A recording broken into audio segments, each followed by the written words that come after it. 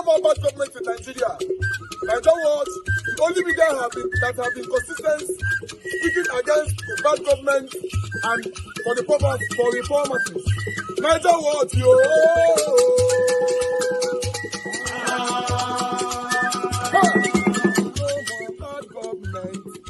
No more bad government. Niger what? No more bad government. Niger what? No more bad government. The only media that have been speaking. No more bad government. The voice of the voiceless. No more bad government.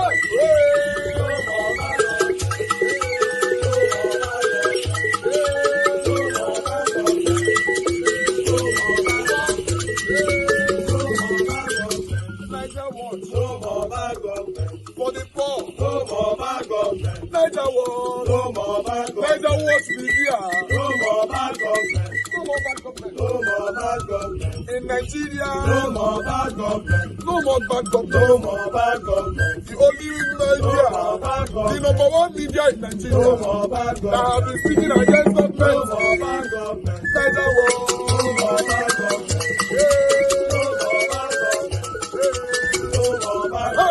Niger what you? The voice of the voiceless.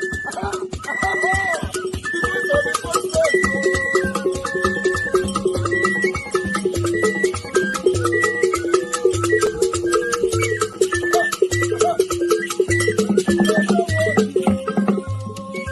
Voice for the voiceless.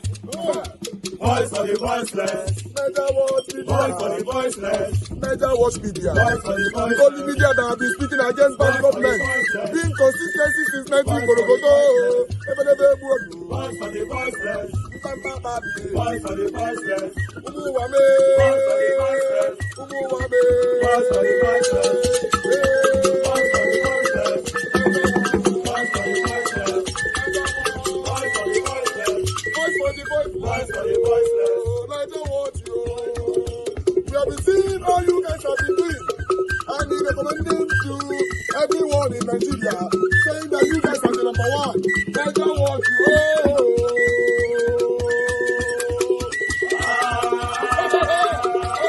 Even if Nigeria divide to 5 million pieces, as long as we have these people among all of us in these 5 million pieces, we go still come and then go rule these 5 million pieces. You will be the same thing. Sudan/South Sudan. Sudan was one country. The northern country was Arabs. The lower country was Africans.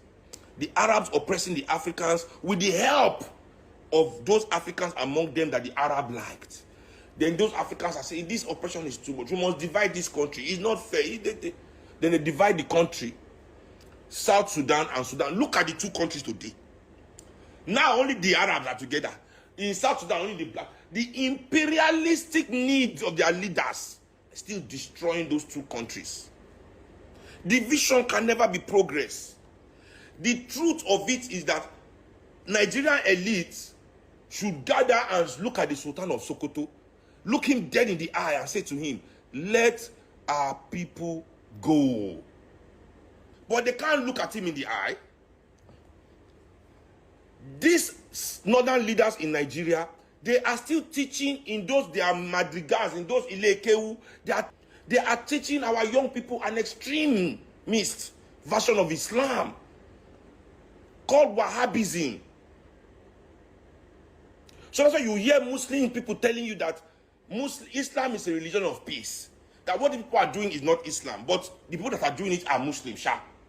That's what I keep telling them. Yes, you say it's not Islam, but the people doing it are Muslim, and your Islamic community is not doing anything. So stop acting, don't think it's not Islam. We hear, but the perpetrators are Muslims. So you must handle that. Saudi Arabia, when start the Wahhabism, this is how wicked African people are to their own people. Saudi Arabia now, that spread this Wahhabism, they are doing everything in their power to stop it in their own country. Go and look at them today. They are trying. But in Nigeria, they are spreading it far and wide. They are making it stronger. What we must feed the youth of northern Nigeria as the youth of southern Nigeria is Pan-Africanism. That when when we are frustrated, We have no ideology, no African ideology to vent our frustration. Make I tell you the truth. That's the reason why most people come to my life. Because I articulate our frustrations. Because I can vent it from an ideology called Pan-Africanism. If you embrace an ideology, that ideology, if it's true to your development, will always give you way to resist oppression. Our northern brothers and sisters have never been given anything but Wahhabism. That's why when you make them vex, they go straight to burn and destroy. It's not their fault. It's the education that the northern elites are giving them. Because the northern elites, they still have the ambition of carrying out jihad. Is Saudi Arabia doing jihad? How many Saudi Arabian princes are riding around Arabia doing jihad, trying to steal land for their people? How many of them are still doing it? They have settled down. They are building nations. Look at Qatar is hosting World Cup. Saudi Arabia is doing amazing things all over the place. In fact, Saudi Arabia owns almost all the tech companies. They have invested their money far and wide, to the extent that their leader can kill an American journalist, chop an American journalist to pieces, and America still does business with him. America still welcomes him. America still allows him to do anything he likes in America. That is the power that they have gotten by modernizing their ideology. You people are still here dreaming of jihad. They got there now, African elites. The northern leaders of Nigeria are still here thinking they want to do jihad to southern Nigeria. They got there. If I tell them I no get sense, they will say Sheun is rude, Sheun na Igbo smoker, Sheun blah. Because you people are stuck in some. You want Arabs to see that you are more Arab than them by killing your brother in the name of jihad, so that they can respect you, that you're Islam, you're own Muslim. So wait, when you prove to them that you have done jihad, no, let's even say that you northern elites are lucky enough to carry out your jihad and you wipe us out and you Islamize Nigeria. Do you think that the Arabs will respect you as Muslims still? Because I know that's your problem. Because when you people go for Hajj, you don't come back and say the truth. Just like when Europeans, the southern Nigerians, when you people go to the West, you don't come back and say the truth to your people of what your eye, which in the eye they see for there. When they come back and tell how the racism, the discrimination, but you just come back with your fine clothes, you start building one house with your fine shoe to show your brother, America is good, they enjoy, guess, yeah. But the things your eye they see, they talk. Same thing as you northerners when you go for your Hajj. The discrimination, the way they treat your women like prostitutes. My friend tell me, say, any African woman will go for Hajj, they respect them. They feel that because then they go with him, papa. He said they say all African women are prostitutes. They touch their breasts. They think that if you talk, they go beat you. I said, really? I said, never, I can never happen. And they don't get police. He said, they tell me, oh ha. So you people go there and you get disrespected. So I know that's why you come here. I want to prove your Islam. Prove. That maybe they see that you are killing your brother in the name of Islam. They will respect you. They will never. Because what they hate about you has nothing to do with whether you are carrying out jihad or not. What they hate about you is that you are cowards. That you are men that cannot build countries. So you are beneath them. When they hear you talk about all these things, you want to come and hide money in their country, you want to come and buy house, they see you as, that's why they see you as inferior. Because you lack imagination. Not because you lack violence. You have killed Nigerians for 60 years. You've been killing Nigerians. Yes, for 60 years. So why would they think that you lack violence or you lack... That's not the problem. They don't respect you because you lack imagination. You can hear me as I can hear you loud and clear. Fantastic. So there seems to be a lot of confusion about this cybersecurity levy. I'd like to get your understanding of this levy. And, there's a lot of divided, perspectives right now on who or what value, should be taxed. How are you seeing it? Yeah, so I think the issue is that in Nigeria, we kind of focus on the wrong thing. The original intention of that act is supposed to be to draw our attention to the increasing threats of cybersecurity to businesses and to every country. Cybersecurity insurance, for example, is one of the newest insurance products in the market in most places in the world. Insurance companies, as far as I know it, in Nigeria do not offer these policy products. Now, these are the bigger issues that we should be focusing on. But unfortunately, in Nigeria, the intention is always how to maximize extraction of money. You find out that what has been happening consistently since about 2003, thereabout, is that every now and then new laws are coming in.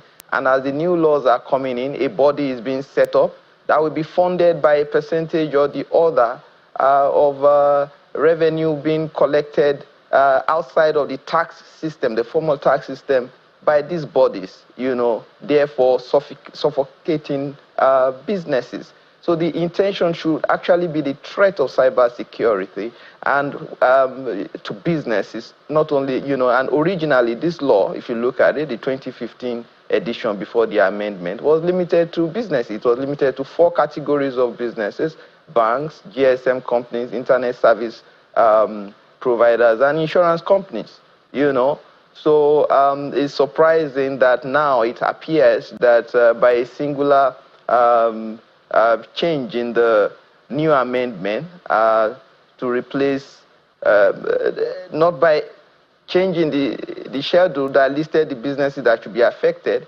but just changing financial institutions to private and public institutions or something. Right. It was then interpreted by the CBN to mean everybody. All right. Good morning, good afternoon, good evening to you all, my people. It's good to be back again. It's another day. Today is Monday, 13th May 2024. Happy New Week to every one of you right there, my people. I appreciate you all. Do your part by pressing on the like button. As you all know, this is what we ask for every single day. We ask you to press on the like to help us to share so that our voices can go far. Remember, we are continuing from where we stopped. We're talking about the things that's affecting you and I. It doesn't matter if you live in abroad, you live in Nigeria, anywhere you live, as long as you are a Nigerian, the situation of Nigeria is affecting every one of us, directly or indirectly. Thank you very much, my people. I appreciate you all. Mother of all, Mommy Diaspora, good evening to you, Mommy. Thank you very much for all you do. Thanks for your love, your support, and your consistency. Thank you very much, everyone right there. Patricia Nofe, my dear sister, thank you very much. God bless you. Messi Omarigi, Madam Albe Ashoko, thank you very much, man. I appreciate you. Sazel Morodion, God bless you all. Ace also said, Ben, Mr. Ben, thank you very much. Sagovo Konga, CXL, Great Mind, Comfort Bebe, Wadia Honors, God bless you all. Tony Africa is right there with us. Kingsley, Ogeria Hill, Sazeme, Higareva, God bless you all. Madam Peggy Modi, God bless you. Thank you very much for joining us. Wachiti Omorige, thank you. Luciano, Winnie Ibinomba, Mike Akembari, Faith Wilfred in the building. Thank you, Binio. I can see right there. Thank you, Evie Jack. Thank you very much, every one of you right there. Madam Helen, thank you very much. All the way from Nigeria. Peter Ife, thank you. Madam Nena Obona, thank you. And many others. I'd like us to move on right now. Timmy DB just coming in. Thank you. All right, guys. Yes, like I stated before, our visibility today is quite low. What's happening? Maybe we might get more of it later on. Okay. As you can see on the screen, you can see that right there. Let me remove myself for now so that you can see the write-up. Lady cries out as Lagos state government issues demolition notice just 2 months after she bought the house. I'm going to play the video shortly, which is currently circulating on social media. Then EDO2024, speak for your candidate as usual. If you are supporting Edo State election, it doesn't matter if you're from Edo State or not, we should be supporting each other's. Nigeria will support anybody in any state in Nigeria. So when it comes to Edo State, do the same thing. So whoever that is your candidate, please speak for your candidate. As you all can see that our brother gave us a mandate, and many others have given a very good example, even though he's not from Edo State. Mr. Jonathan is not from Edo State. Sorry, guys, not from Edo State. Many others. So, but they are speaking every single day here concerning who they want as the next governor of Edo State. But meanwhile, as you can see right there, Wike frustrated Peter will be out of PDP, not Atiku, ex-VP aide, that is vice president, which means Atiku's former aide. I talk this one command. So all right, but before we move on, this particular one now is the disheartening story that is currently going on. Somebody buying a house, just 2 months later on, you'll be given a note to remove the house. You know what that means? When they say remove the house, it means that the house is going to go down. It's not good. It doesn't look good. It's not, nobody wish to be in this kind of situation. But nevertheless, we're going to be taking reactions from others outside Nigeria Watch before my own panelists will give their own reactions on this later on. But meanwhile, let's watch this short video quickly. We bought that property in February. In February. And we've only been there for 2 months. For 2 months. For 2 months. All the hard work, all the sleepless nights, everything. If you're in Lagos, you know how much properties in ATOs are cost. You know how much properties in ATOs are cost. Each time my son see me crying, he will always ask me why I'm crying. Mommy, you've been crying. How do I explain to our son? How? What do I tell my children?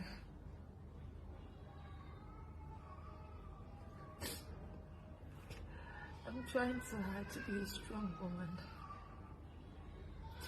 but this is very painful. I don't even wish anybody a pain like this. I don't wish anybody to work so hard, so tireless, and face something like this. I don't.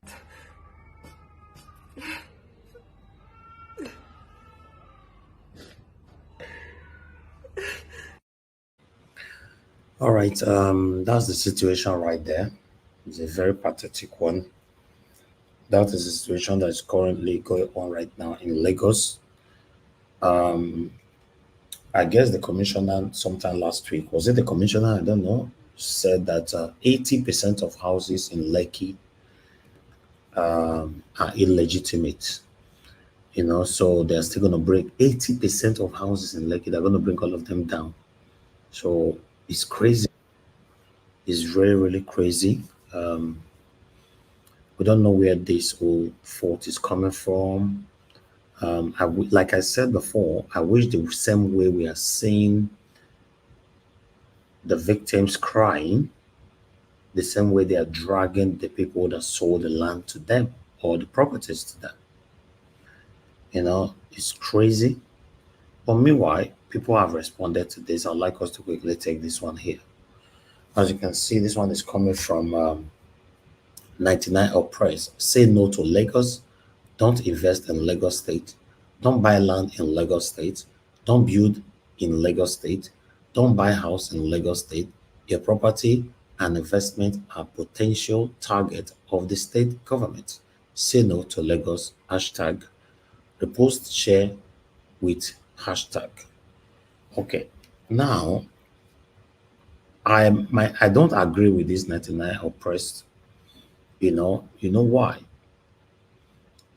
Because we passed through almost similar thing in those states a couple of years ago, where people just buy land, stolen land, or people just start building on your own land, hoping that they can take you to court. They have more money to win the case.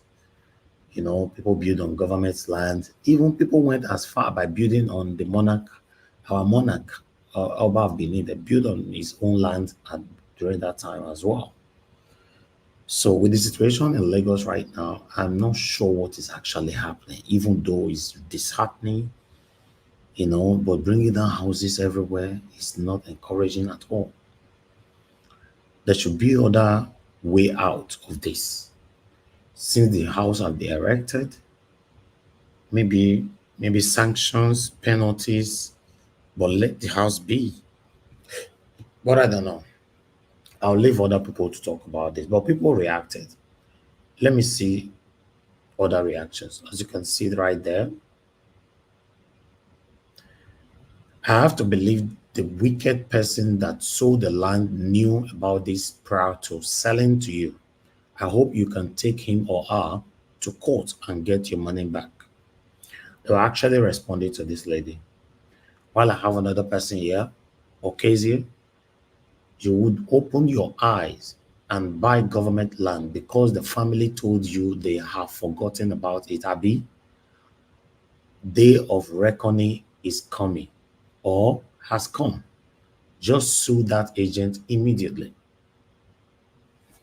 Then they went on. Ben Samuel is saying, this is heartbreaking. Really? Lagos State doesn't encourage people to invest their hard-earned money in the states. They tag Jide Sawolu right there. Here's another victim of come and invest in Lagos. While we have another person here from Queen Bay, I have no pity for anyone that still invests in Lagos. Those that have invested, this is the time to start scaling down your existing investment to other investment friendly states. Okay. I guess this is the last one here. I sympathize with her and the family. Probably due diligence wasn't done before buying the property. I plead for Lagos government to compensate this family on a compassionate ground. All right, that's all that I can bring on this particular case here. But we also have an article that tally this up, which I'd like to put on the screen to see one or two things that they have to say here. Guys, do your part as I'm doing my own part. I know you guys on the backstage. I will accept you in. Mother Patricia, I can see you. Give us a mandate, I can see you, and others. Please bear with me. So you can see that one right there on the screen. Lady lament as Lagos issued demolition notice as usual. A viral video circulated on social media shows a woman lamenting the demolition notice served on her property in Lagos State, allegedly just 2 months after moving in. In the video that surfaced, okay, was talking about a video and all that. Okay, I think that article should just go. So I'd like to quickly bring another one in here. Just bear with me. Let me accept my people in quickly before anything happens. And no say you get away with it for here. All right, I would like to bring other article, other stuff that is happening across the country right now. Luckily, we are done with all videos. Let me take all our articles, then we can move on. Okay, Wike frustrated Peter will be out of PDP, not Atiku's aid. Okay, eBay said this during an interview on Sheon Okinbaloye's mic on podcast monitored by a reporter. Paul Ibe, the spokesperson for the former Vice President Atiku Abubakar, has blamed the current Minister of the Federal Capital Territory, FCT, Mr. Wike, for Peter Obi's defection from the People Democratic PDP ahead of the 2023 general election. So I'll just leave that one right there so we can move on time, because I have a couple of articles. I still have about 5 or 6 to go. This current hardship in Nigeria is hitting hard. Gary, not poor man food anymore. Abuja residents lament increasing cost, severe hunger under Tinubu's government. As you all normally say before, say Gary na poor man food. Right this moment, Gary not be poor man food anymore in Nigeria under Tinubu's government. I guess those of you that supported Tinubu or APC, you are smiling right now, right? I'm not going to take that much, so I'll just let that go. Let me bring another one to your screen quickly. so that we can quickly take all of them. If any of the article warrant me taking more paragraph, I don't mind doing that. National Assembly urged to amend Constitution allowing INEC to conduct local government polls. The same man. All right. I thought I should bring that to you as well. I'd like us to move on, people. Please continue to do your part and press on the like button. I will check it shortly. Peter will be honored as Nigerian's political icon of democracy. The 2023 Labour Party presidential candidate Peter Obi has received recognition as a champion of Nigerian democracy. The Coalition for Protection of Democracy, COPDEM, bestowed the honors on him at its recent national convention held in Abuja. See, first will not be president, they give an honor. You don't understand. Why would they look for trouble like this? Peter Obi is not president. Now we give an honor. Is it the president? Now the trouble now the fire so. So this man is this important. Now, wow, I don't know if it'll be important like this one. Anyway, let's take this one. Breaking Nigerian Court of Appeal in Kano reduces Bala's 24 years blasphemy sentence to 5 years. Now only Nigeria will see all this kind of thing.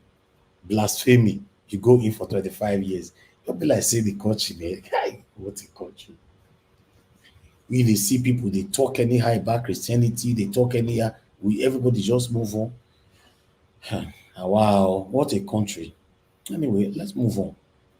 I think I have 2 more to go, but I hope so, but I'm not promising. Rivers State, you know, the crisis for them, not be here. They think they scatter everywhere they go. Rivers crisis, Fubara cannot tell legislature where to meet, says Falana. Falana talk to Tinubu for us. This one they call the shoot bad, so everybody they hungry for Nigeria. Now they talk good. I don't understand. Talk to Tinubu for us, Epa. You get voice. So we have another pathetic one, which I don't know why this happened. But as we see, I'm not the character they give as you know, Nigerians we don't carry fake news here. You see that Nigerian custom officers shoot self-dead in Abuja residence. Why will a custom officer do this? Why? What happen? What can happen now? I've been a hunger still reach this area so.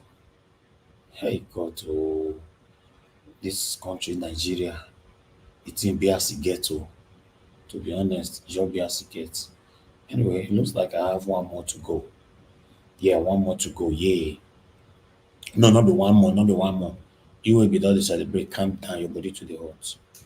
All right, as you can see right there, our business is to make them fear till they make mistakes. Wike turned Fubara acknowledges his supporters in Rivers Assembly. Now hear that word. Our business is to make them fear till they make mistakes. Okay. Nothing. Waiting they happen for Nigeria doesn't exist though. Only Nigeria now we see many things happening like this. But meanwhile, this one, when I see for screen, so you know, many churches in Nigeria are set up just for business purposes. Bishop Lament, thank God, saying a bishop, they talk this one. Ruben Abati come post them because now me just now people don't call in now. They tell me say, stay away. Our pastor, so and I say the source. They want to go beat Ruben, and I come beat that reverend, beat all of them together before I come here. The Catholic Bishop of Yola, Stephen Maza, has lamented the growing number of churches in the country set up as commercial ventures to make money for the owners. The cleric lamented that many people are going into ministry and setting up churches just to make money and live in affluence. Speaking on Sunday at St. Augustine's Catholic Church, Bekaji Yola, where he presided over a mass to mark this year's World Communication Sunday of the Catholic Church, Bishop Maza said many people just want to become general overseers and own a private jet. His word, unquote. Even the Holy Spirit will find it difficult to count the churches in Yola. Hey, God. Now only Yola he talks, so he never even reached those states, never reached Lagos State. You know, even the Holy Spirit, we find it difficult to count the churches in Yola. Churches are set up today just for business. Then he went on by saying, Bishop Manza recalled a particular experience when the general overseer of a particular church asked him to buy his church because the church was not yielding financial fruit. Unquote. A general overseer approached me to buy his church. He said things were not moving well for him, and he knew of a place where things would work and where he wanted to go. He said, speaking on, hey God, move on. Some people they can't defend this one later. You know, say I like our people. They'll defend anything. You know, say these people don't dare them. They'll come tell you that say, don't talk to my pastor anyhow. I told you guys that many women now respect their pastors more than their husbands. You just say a lie they talk. Some women deliberately do this, while some of them stylishly do it, or some of them indeliberate. So depend. You know, the ones where they do and deliberate, you they know them. The one where they do indirectly, we don't know all of them. I said I go tell you something, say food day microwave, you go warm yourself, say I'm listening to my pastor. You know, it's happening. Not just in Nigeria anymore. It happens both Nigerians in abroad. They respect their pastors more than their husband. They prefer to go on their two knees to greet their pastor than to go on their two knees to greet their husband. When it comes to their husband, they'll tell you, how can I just be worshiping man? How can I just be worshiping man? They'll see you in the morning. They will not go on their knee to greet you because no, equality, voila, they'll come. They know on a 50-50. But their pastor, they'll go on their two knees. You know, so it's a big problem, big problem. But I don't want to turn it to religion thing this evening. But it's a fact. You guys know what I'm talking about.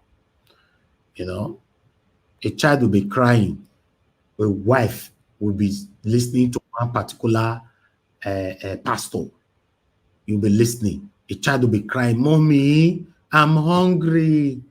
They say, wait. What God cannot do does not exist. Wait. The child say, okay, Mommy. Then the child will constantly remind them after 15 minutes, Mommy, I just told you earlier on that I'm hungry. Say, you wait now. What God does not do, what God does not do or God cannot do does not exist.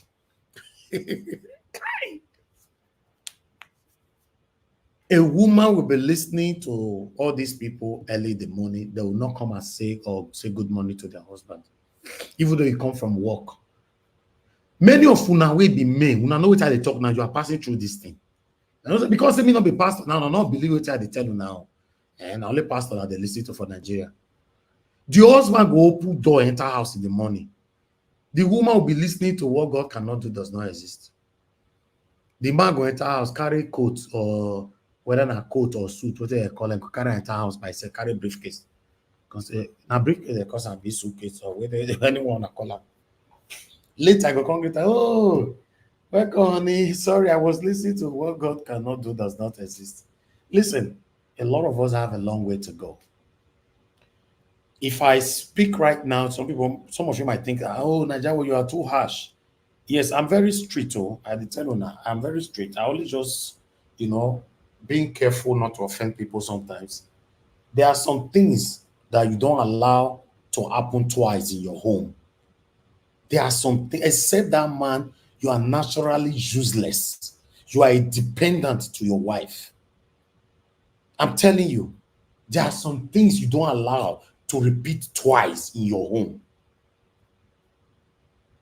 The born you were, they say you need to greet your pastor, you stand greet me. Let's leave that. Like I said, many of you go hate me. Many of you that is biased, when I not like all these kind of things, I'll leave it for my people to always talk on it. Listen, man, if you have a good wife who respects you, adore you, I bet whole lamb, I tell you, whole lamb. Listen, nobody's perfect. But that respect where they give you, so your whole lamb, until she can't do what God does not do for your head, then you are finished. You are dead on arrival. Good morning, good afternoon, good evening to every one of you, my people. I appreciate you all. It's time for us to move on right now. Should I take calls? Madam Patricia, thank you. You're on the backstage. Thank you. Okay, let me take calls quickly. Let me take calls before I come to the people on the panel. Thank you, my wonderful people. If you want to call in now, this is the best time, If you don't call in now, then I'm moving on. Somebody saying on the comment section, Naija, please don't stop, continue talking. If you let me talk for here, they go hate me. Oh, I don't want me they hate me. Hello, sir. Good evening to you. Yes, sir. Thank you, sir. Good evening. Good evening, sir. Good evening, my brother. Good evening, sir. All Naija was family. And yesterday I bet this matter make you talk. Put me they not come hate to let me. May they still hate you. Talk for this pastor and women with the respect their husband, respect their pastor past their husband. My brother. May they still hate you small. That's true. That is true.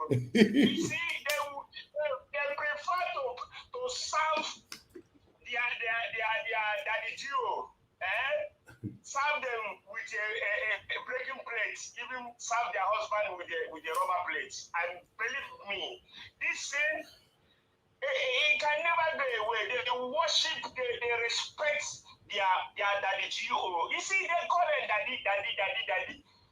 Even if they can't come to your house, they will call you Papa Emeka.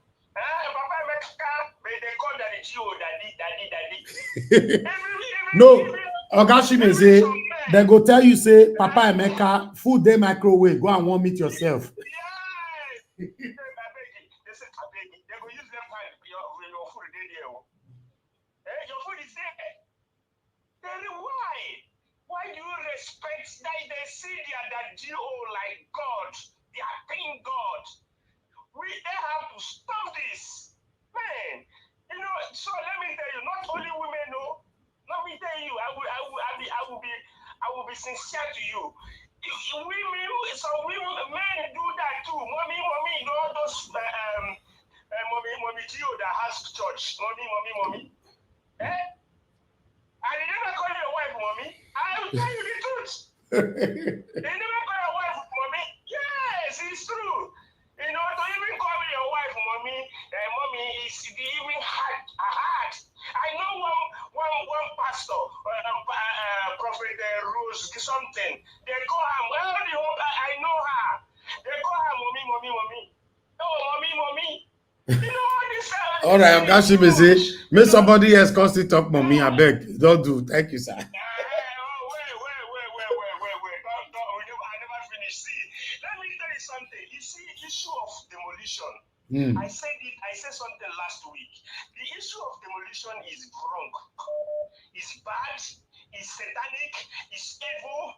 The way they are doing it is evil. But if you come and say, "Oh, this," you know how much to build cost, even to be just a room and parlor. You know how much it costs right now in Nigeria. You know how much the road, the cement, the concrete, the chippings. You know how much it costs.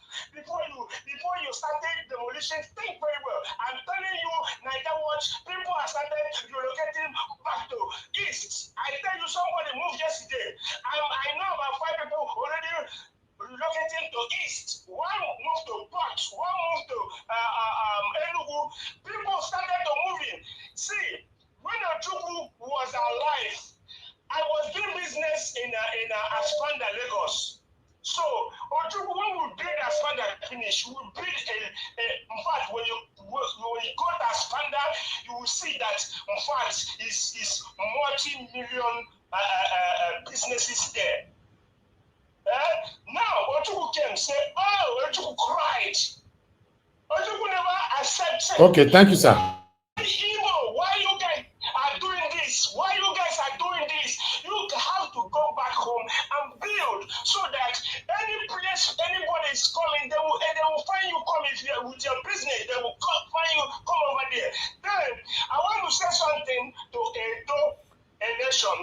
2024. Please, Nigeria, give me 1 minute more. You see, I don't know the past governors and the present governor. I heard that all of them came from north. Edo North. Yeah, one time I was going home, when PDP bypass happened there, I miss myself. I don't know road anymore. Be quick, sir. Be quick. Yeah, so I miss Edo there. But let me say this. All of us that say, oh, it's time for Igbo. Let's give Igbo a chance. It's the same thing that happened in Edo. All these people in this platform say, oh, it's going to be about. I know. Abata is from north side again. So let's give Aswe Igadaro a chance to become a governor in 2024. Come November 2024. Please, my Edo people, vote for Aswe Igadaro. Please. Thank you. Thank you. Don't take anything anybody's telling you. Thank you. Even though it's the topic of Obaseki, please. You can't mute yourself. Give us a mandate. That's not right. Please allow them to express themselves. Thank you, sir. Thank you. Thank you. Thank you, Mr. Ben, for calling in. Good evening to you, sir. Please talk to us. Good afternoon, Mommy Diaspora. Happy Mother's Day to you, and to every mother's that we have, from Madam Luke to Madam Patricia, all the amazing women on that platform, all protocols on the platform duly observed. I just want to talk about the old pastor scenario, religion scenario in Nigeria. You see, apart from the political class that have killed that country, the other big problem in that country are our religious leaders. All those GOs, all those PP pastors. Why is it that in Lagos, when you go to Lagos, you have 5 churches on every street? Why is it like that? Now, because people don't realize it, the people, the masses they are looking up to some type of imaginary help. We will come take them away from all of the troubles and problems that they go through. So people don't realize that, okay, if I start the church, I'll get money out from these people by offering them hope day. The things where they pray for in Nigeria are things where government supposed to put into place. Nigerians in 2024, Nigerians still they pray for 24 hours electricity. Nigerians still they pray for having good roads. Nigeria they pray for having a better economy. Those days when I was in Nigeria, okay, I used to be a Catholic back in the day. They would tell us, hey, people pray for Nigeria in distress, and then we do those prayers. But those prayers, what will they pray? Now, things where our government supposed to put in place to make the life of the average Nigerian they're okay. But they're not going to do them. They would rather impoverish the masses, because they don't say if they give the masses crumbs and offer them some type of imaginary hope of some type of God where they will answer their prayers, if you control them. So it's now all about control, mind control. You get what I'm saying? So religion are one of our very, very big problems in Nigeria. And for the lady that was crying out that demolished their house, you see, all of those demolitions there's a political undertone, towards it. Why we see now only Lagos this thing that happened?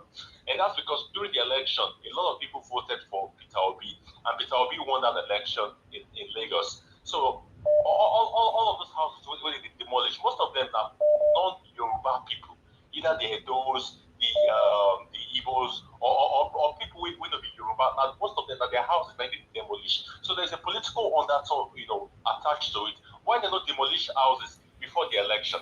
You get what I'm saying? But when they say, man, say they need to nip this thing in the bud now, that's what they do right now. For Wike, the man always believes as if he be all right, God, as if he will live forever. And for EDO2024, one second, sir. For EDO2024, I said Aswe Godalo should be the governor. But when I heard Olivia Peta spoke weeks ago, now I'm competing 2 candidates, and the Edo people, when I get, and I go make the choice. When I want to continue with your Obaseki or I want the new face, the choice is yours. Come on, thank you very much, sir. Happy Monday. No. Wait. I don't understand you again. You say when you hear Olumide talk, then you can't change your mind. Now Olumide you can't support Nabi. Because before Olumide came on the platform, I know they see the man, I know they hear the man talk. But when he came in the other day, and our panelist hammer up with questions, he answered a lot of the questions. I like without the man, the way the man talk. So I'm competing with candidates. I like Aso Ighodalo as a person. But at the moment now, you don't switch to obedient now. Now Olumide the support now. Mr. Ben, talk true. Not make me vessel. Mr. Ben, not make me vessel. Talk him. Okay, now you are now Olumide. Now Olumide the support now. Can we ask you a question, please? I beg, go ahead yourself. Give us a mandate. Go. Allow me ask question now. Person is support my candidate. You say my last question. What's in your own now? Okay, hold on, Mr. Ben. Mr. Ben, what do you want to ask him? Ask him now. Mr. Ben, whether why I agree you, or why I agree you, or why I agree you. Thank you, sir. I mean, you are not behind the right person. Can you just please help me tell the other people the reason why you support Olumide Akpata? Just tell them once in one sentence why you support Olumide Akpata. Why they put words in his mouth? Who will put door for this man safe? Now you allow my person to speak now. Allow him to speak.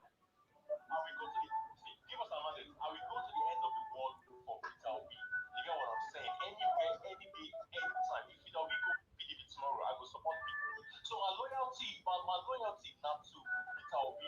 The refs who we get of the Labour Party, all those rep members and those ones in the Senate, what have they done so far? Okay, all right. Okay, Mr. Ben. Mr. Ben, we'll go put your chapter properly. We'll go put your chapter properly first. Thank you. Mr. Ben, don't go buy another garment. Oh. Thank you very much, Madam Origin. Thanks for calling in, man. Please talk to us. Good evening to you.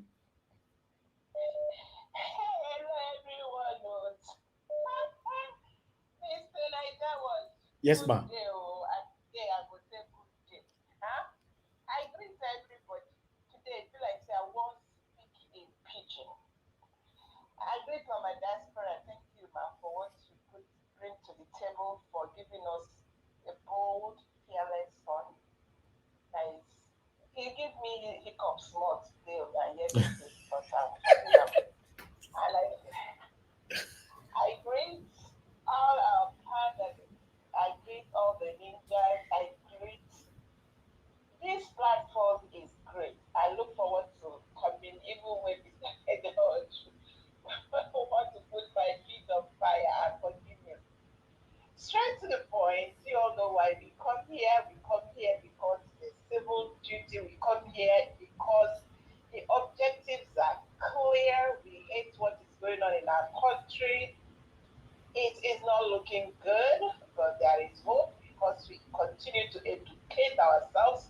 We are going to remove the brainwashing and then be a voice of conscience to those that matter, that's supposed to effect the change, but I think they don't know what to do. Beautiful house, nobody is home. That's what I think Nigeria is, because the adults are confused.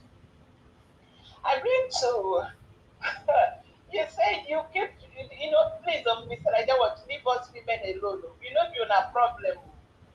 The women, we know you're not a problem at all. You see, we are so, you people have reduced us to servitude. That is what the problem even is. You people have made us to support. We now serve you people. The husband will want us to start bring water, wash their feet, say yes, sir, and do all the good things. Even when we do all the good things, if I want for the beat us. So we didn't say it correctly. You see, even look at the politicians.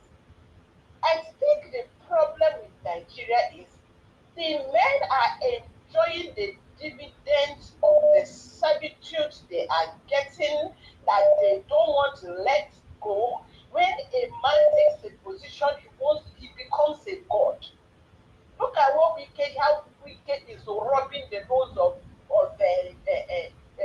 FOBRA. That's the way I like to call it, them FOBRA. Let him tell me how to correct it, how to pronounce it. And the people of the is it Port Harcourt or River State? Because he made himself a god, he collected all our money, put inside his pocket. People, look at how he collected 27 students, human beings, men, running after him. He tell them, jump out, they jump out. Is that not as a result of the servitude that the culture has imposed on us? You look at the traditional rulers. Where do we start to talk about pastors? Everybody is enjoying the dividends. They want to be worshipped. Everybody, we are looking for way out. Then even when we do all the right things, we keep punishing. I beg you, Mr. Niger, what? Give us Novice. We don't suffer tire for that country. Novice, man. God bless you. That's all I want to say. Thank you, man. Novice. All right, Mr. F.A. Thanks for calling in, my brother. Please talk to us. Good evening to you. Yes, Mr. F.A., go ahead. Offer everything, your pot, your gari, turn everything down, please. Okay, go ahead. Talk to us.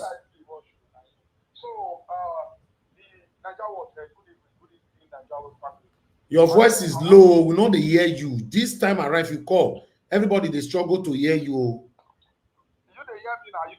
Now they hear you. All these people, they support us when I saw na be. Go ahead.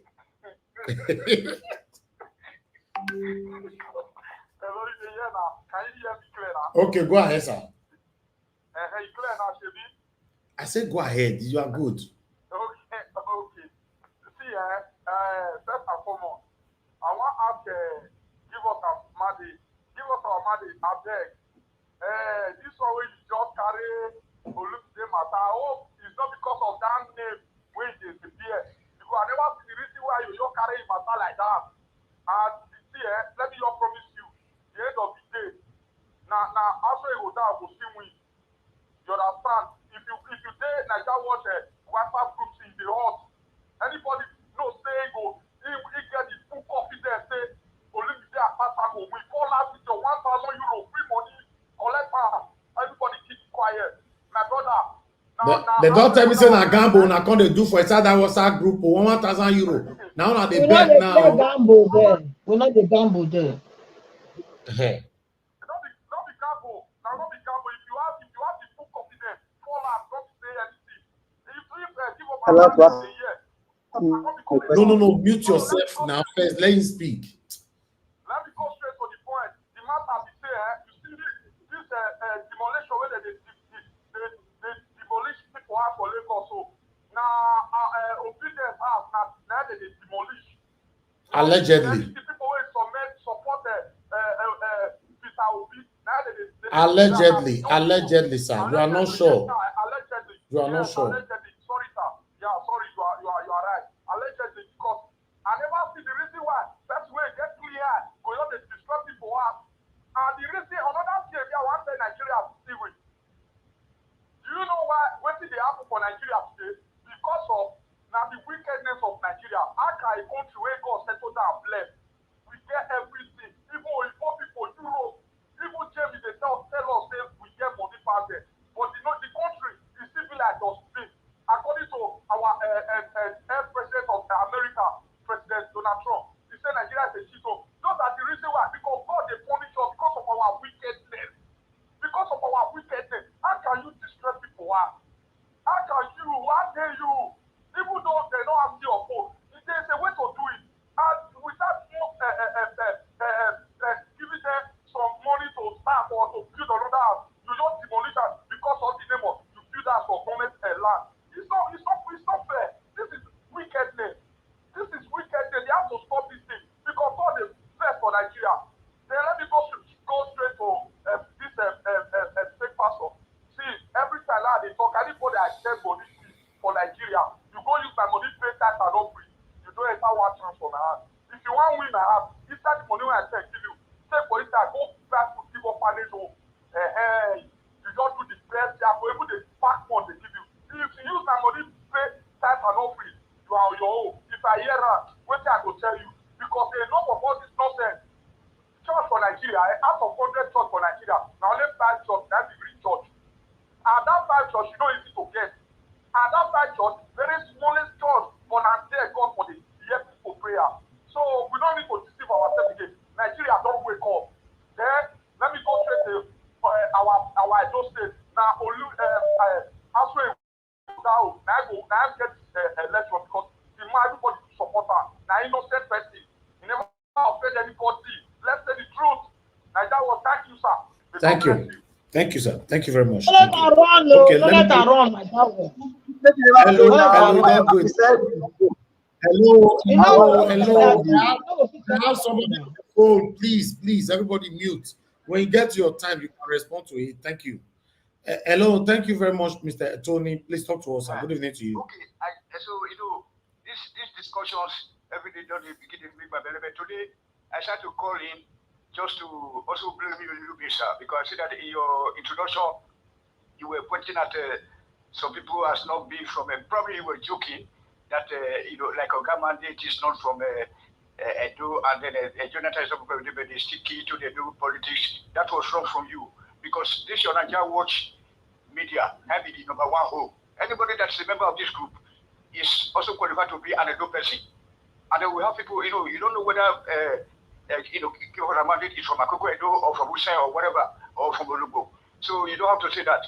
And that is what gave that audacity to my brother, Efe, to be saying that because of the name, which is very wrong. Oga mandate, you know, give us a mandate, or as I like to call her, a mother.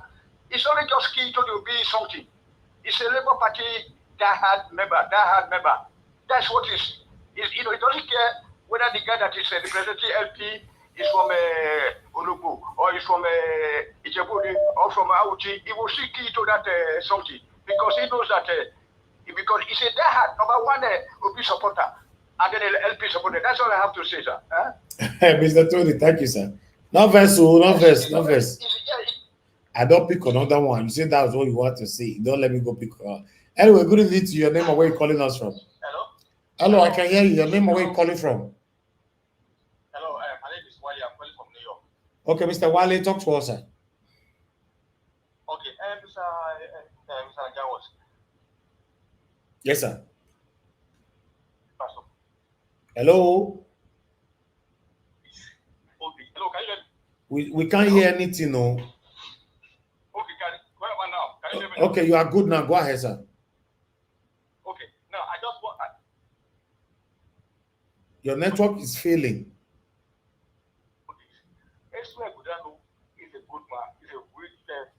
He's a very good man, right? He's a pure person. But that party where is the problem because the people that they don't want, people, all the criminals, all the people that were best on Nigeria people, they are the ones that are going to campaign for him. During the campaign, I think it's going to be there. There's no that. And Esme Gudano of Edo State, also a PDP. Without the PDP, there's no that. So if you want to support to be, if you want to say with PDP, stay with PDP. Always they should remember that if Asiagwe Gudalo is there, it means that it's still the same PDP. They want back in power. They should remember that. And during the next election, if I will still want to contest again, I want to go through Labour. Esme Gudalo, we campaign for PDP. Definitely, Atiku is going to take the ticket again. They should always remember that if Esme Gudalo, it is not only the person who is in a PDP party. PDP, he cannot do anything without the party. Esme cannot do anything at all without the party. They should always remember that. So if they are saying that they are supporting LP and they are supporting Esme Gudalo, if you want to support Esme Gudalo, support do that you are supporting PDP, not OP. They should always have that in mind. Thank you. Thank you, sir. Thank you. All right, callers, please let me come back to you guys. Let me go back to the panel. I appreciate every one of you, my people, your time with us. Thanks for your time. Good evening to you all. Good morning, good afternoon, good evening to you all, depending on your region. We need to start talking right now. I would like to start with the first person on the panel today, which is Madam Patricia. Thank you very much, ma'am, for joining us. Good evening to you. Please talk to us. Good evening, Mr. Elvis, and good evening, everyone, for wherever you are joining us from. good afternoon, and good morning, depending on your time in your the time zone. So for me, it's evening, and for other people, it can be morning or afternoon. So I welcome you all, especially to Niger Watch family broadcast, and of course, Mommy Diaspora, I love you. Thank you for holding out. Being there for every one of us, because you are the one that start this program. You are the first person to click, the like button. So, and we all click after you. So please, everybody, do us a favor to click on the like button, the thumbs up, press it. We need to get this broadcast to everybody, everywhere. So please click. It doesn't bite, you know. It just doesn't even take you 1 second. It's less than a second. Just press it and it's done. And of course, subscribe to the channel, because it's important, so that our voice can, be heard, and Mr. Elvis can also be rewarded for whatever he's doing for us. Because really, to operate on this channel 7 days a week is not that easy. But he's doing, and you know how many hours he's putting in. So let's, kind of appreciate him by doing the right thing, by giving towards the broadcast. Thank you. And of course, the tireless, relentless panelists that we have here every day. I cannot say more than saying thank you for your time. May the Lord, gracious God, reward every one of you. In Jesus' name. Amen. We say amen to that. Yes, of course. Amen. Amen. Okay. Amen. Yes. So, oh my God, we have a lot today, but I'm not going to, me, I'm Nigeria matter. I try to calm down. So, because there's many ways, many roads to still go, many, how will I say, many miles to still cover, so one have to advise himself or herself. Yes. Sharon was making sense today. Very big one, because really, it's a shame that this is the kind of country that we say we are one Nigeria. This northern so-called elite, not the common people of the northerners, because those ones, they are just like they are victims, like the rest of the other part of Nigeria, which they have been oppressing, which this northern elite have been oppressing. So, but it amazes me that they are not even calling themselves to order, because the so-called Mecca that they go to, when they go to that Mecca, the so-called Arab whites, they are in the front while they put them at the back. They are at the back. I have friends here that have been to Mecca, and they said the same thing. They don't go anymore. They went once only. They are blacks. They went to Mecca once, and they said they are not going anymore because they were treated, they were discriminated, even inside that same Mecca. So what are we talking about? Okay, then you are carrying jihad in your head. You say you want to wipe out the South. But the thing they don't understand is that this thing called the South, as long as we have received Christ, we are founded on Christ Jesus the rock, they should go and check out our history. Let them go and verify. The church has a track record that anybody that come against the church, they are the ones to go down. They will go down. It's not today. So if you are here and you're talking against the church, it's your business. One thing is sure. He said this, I will build my church, and the gate of hell shall not prevail against it. It doesn't matter where you are, whether you think you are within the church and you are talking against the church. That's your business. One thing is sure. Madam Patricia, how many church did the Europe where you did so? How many church did there? Listen, church there for the Europe when I did.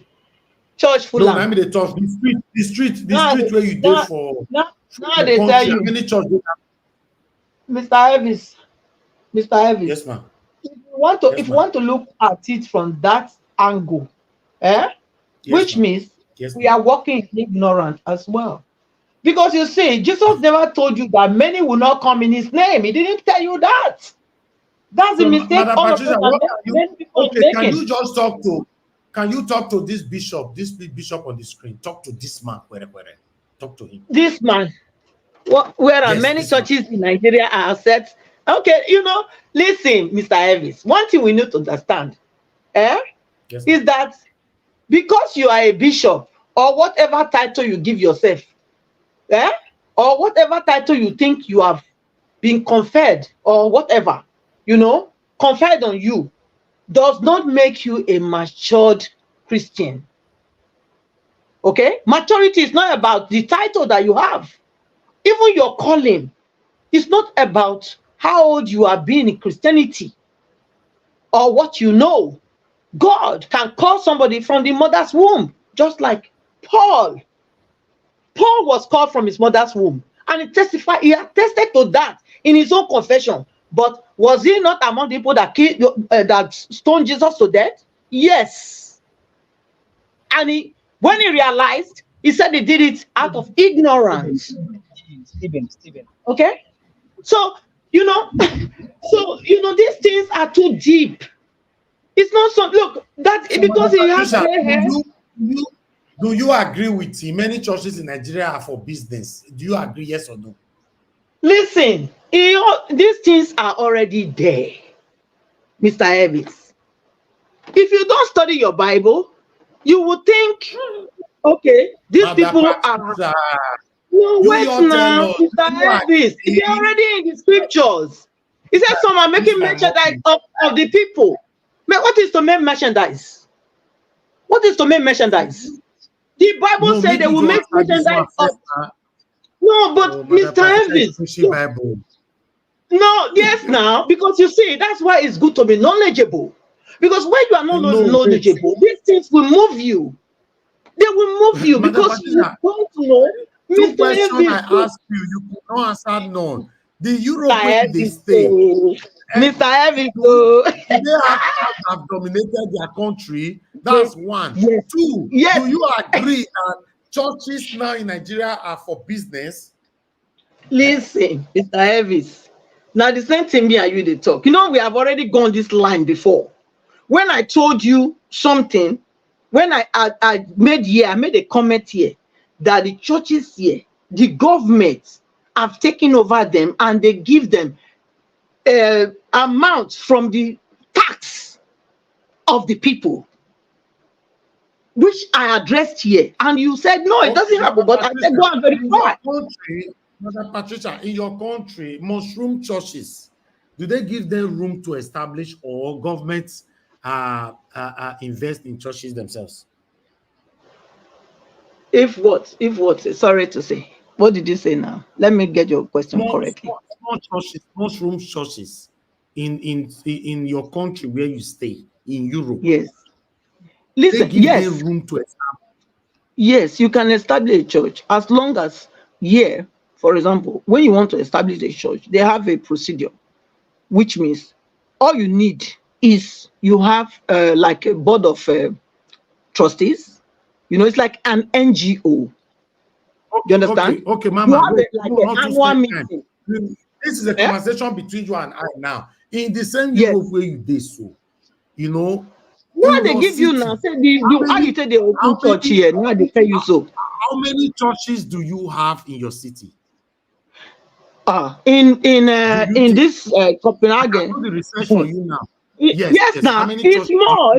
It's over some thousands. You can look at it. Look at Google it now.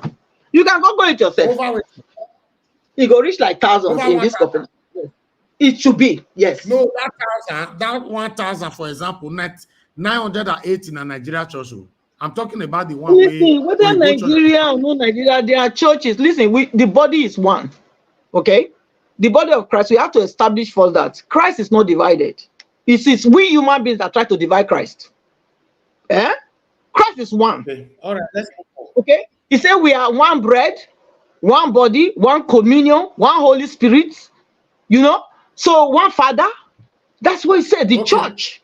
Okay, so finally, when did they screen so you never answer, Mama. Do you agree that Nigeria church are set for business purposes? Bishop, I don't agree that Nigerian churches. I don't agree. You can say some Nigerian churches, I can agree with that. But if you say Nigerian churches, which means you are including everyone, which I disagree. What's on the screen? Many. Listen, I can say many. Yes, you can say many, but then again, many does not mean all. Okay? No, yes. I'm saying, so do you agree? I can agree with this, but at the same time, it's not a news. It's not a news. It's not a breaking news to me. It can be a breaking news to him. How do we know true pastors and fake pastors? Please tell us. Yeah, so not true pastors and fake pastors, you have to first know the scriptures. You see, if you don't know the scriptures, you cannot use your eye. You don't have a thermometer over them, okay? Because some people want something that is sweeting to their ears. I don't know how to catch this, my mama. You're not going to catch me. Mama, wait. Mama, wait. Okay. Do we have true man of God in Nigeria? Yes, there are. Okay, yes. There are Good. Wait now. Okay. Wait, you want me to name them for you, Abi? You want me to name them? Wait, Mama. Oh, I beg. Tell me 10 men of God that is true man of God in Nigeria. Then we'll move on. Listen. I'm not going to worry. I'm not going to talk this matter again. So listen, ma, I'll tell you something, Mr. Evans. As far as I'm concerned, it is God. Yes. Only God can know who the true man of God is. Because what? I don't have that ability. No, I don't have that ability. I'm not God. I am God in the sense that over my life, over to supersede what is about my life and everybody that God has given me. I'm able to do that because God gave me that power. But for me to look at another man's heart, another man's spirit, no. God did not tell me. I'm not God in that sense to look at people's hearts. He didn't give me that ability. If anybody say God gave him that ability to go and see another man's heart, to know whether the person is a man of God inside his heart, then I leave that person. But for me, God did not give me that one. So only what they speak. European country where you did so, Mama. The European people where they go church Monday to Monday, 7 days a week. Listen, if you want to say that, that about the kind of self-worship, I would say self-worship. Not only that you are worshiping the pastor, you are worshiping yourself too. Because nobody will tell me that going to church 7 days when you are not the pastor of the church. If you are called to be the pastor, maybe you go to church, you have different things you are doing in the church. You understand what I'm saying? That's a different thing. But say as a member, you say, okay, now church now, because you will go church. The question now. Do people go to church 7 days a week? No, those ones. No, that is because an idle man is a devil's workshop. What do you want me to say? Somebody is not busy. He's not busy doing on the other thing. Or if you stay at home, maybe he might be thinking of doing it. That people go to church 7 days a week in Nigeria. That you are against it. Listen, there is no way God told you to go to church 7 days a week. There's no way in the Bible that says that. So if somebody is doing that, today now. Yeah, but that is the truth now. If you go to church 7 days a week, for example, it's not the Bible that say let him that don't work, don't eat. Okay, Madam Patricia, the last one. If you not go work, how you want to come eat? How you want to pay your bill? Wait, Madam Patricia, wait now. Why do you criticize Tinubu if you don't want us to criticize your pastor? Listen, I didn't say you should not criticize anybody, but that's up to you. It's up to you whether you want to criticize Tinubu or you want to criticize the pastor or you want to criticize the traditional ruler. I didn't say don't criticize. But I'm only telling you. Because the same Bible talk and say, make we respect our leaders. Not the leader. No. It spells out what a leader is. The Bible told you to respect your leaders, yes, but it spelled out the characteristic of a leader. It spelled it out. Mama, Okay? I can ask you a It question. spelled out. Wait first now. Wait, I never finished. Make an answer and first. Okay. He spelled it out for you. What the characteristic of a leader is. He said leaders. Even for Bible, even they God are gives there. the characteristic of men of God, men of whatever you are called for example Bible. He did Bible. He did chapter 16, verse 18 for that place. He did that. Chapter 16 for waiting. Where for chapter 16, verse 18? He did inside Bible. Where now, Mr. Elvis? Quota. All right. Let me give my submission. Let me give my confirmation. I said, no, my own see this is no, you just attack me, but I like him, sha. Mama, I be want to ask you a question about the church where you preach. I be want to ask you a question about church. Mr. Oduwa, you're not there in that position. So keep your question for somebody else. Thank you. Let me continue my own this thing. Okay. So now what I was saying is that our black people, our black brothers and sisters, where they go Mecca, they know how they discriminate them there. So I don't know whether this jihad things say where they want to eliminate people from south, whether not something where they would want to please their Arab masters, because I'm not sure say that one go please them. Like Shehu said, yes, even if you come say you go fit eliminate the south, which I know you can never do, because everybody that don't try before, all of them fail, and all of them will continue to fail. So it will never be, because the reason why they really hate you is that you cannot fight for yourself. You cannot fight for your own. You hate your own person, yourself, more than you hate others. That's the reason. So the northern elites, go and use your tongue to count your teeth. It's high time you understand that this thing that you people are doing is enough. If your forefathers were strong, they shouldn't have colonized, they shouldn't have revolutionized you or make you a Muslim, because you were not Muslim from before.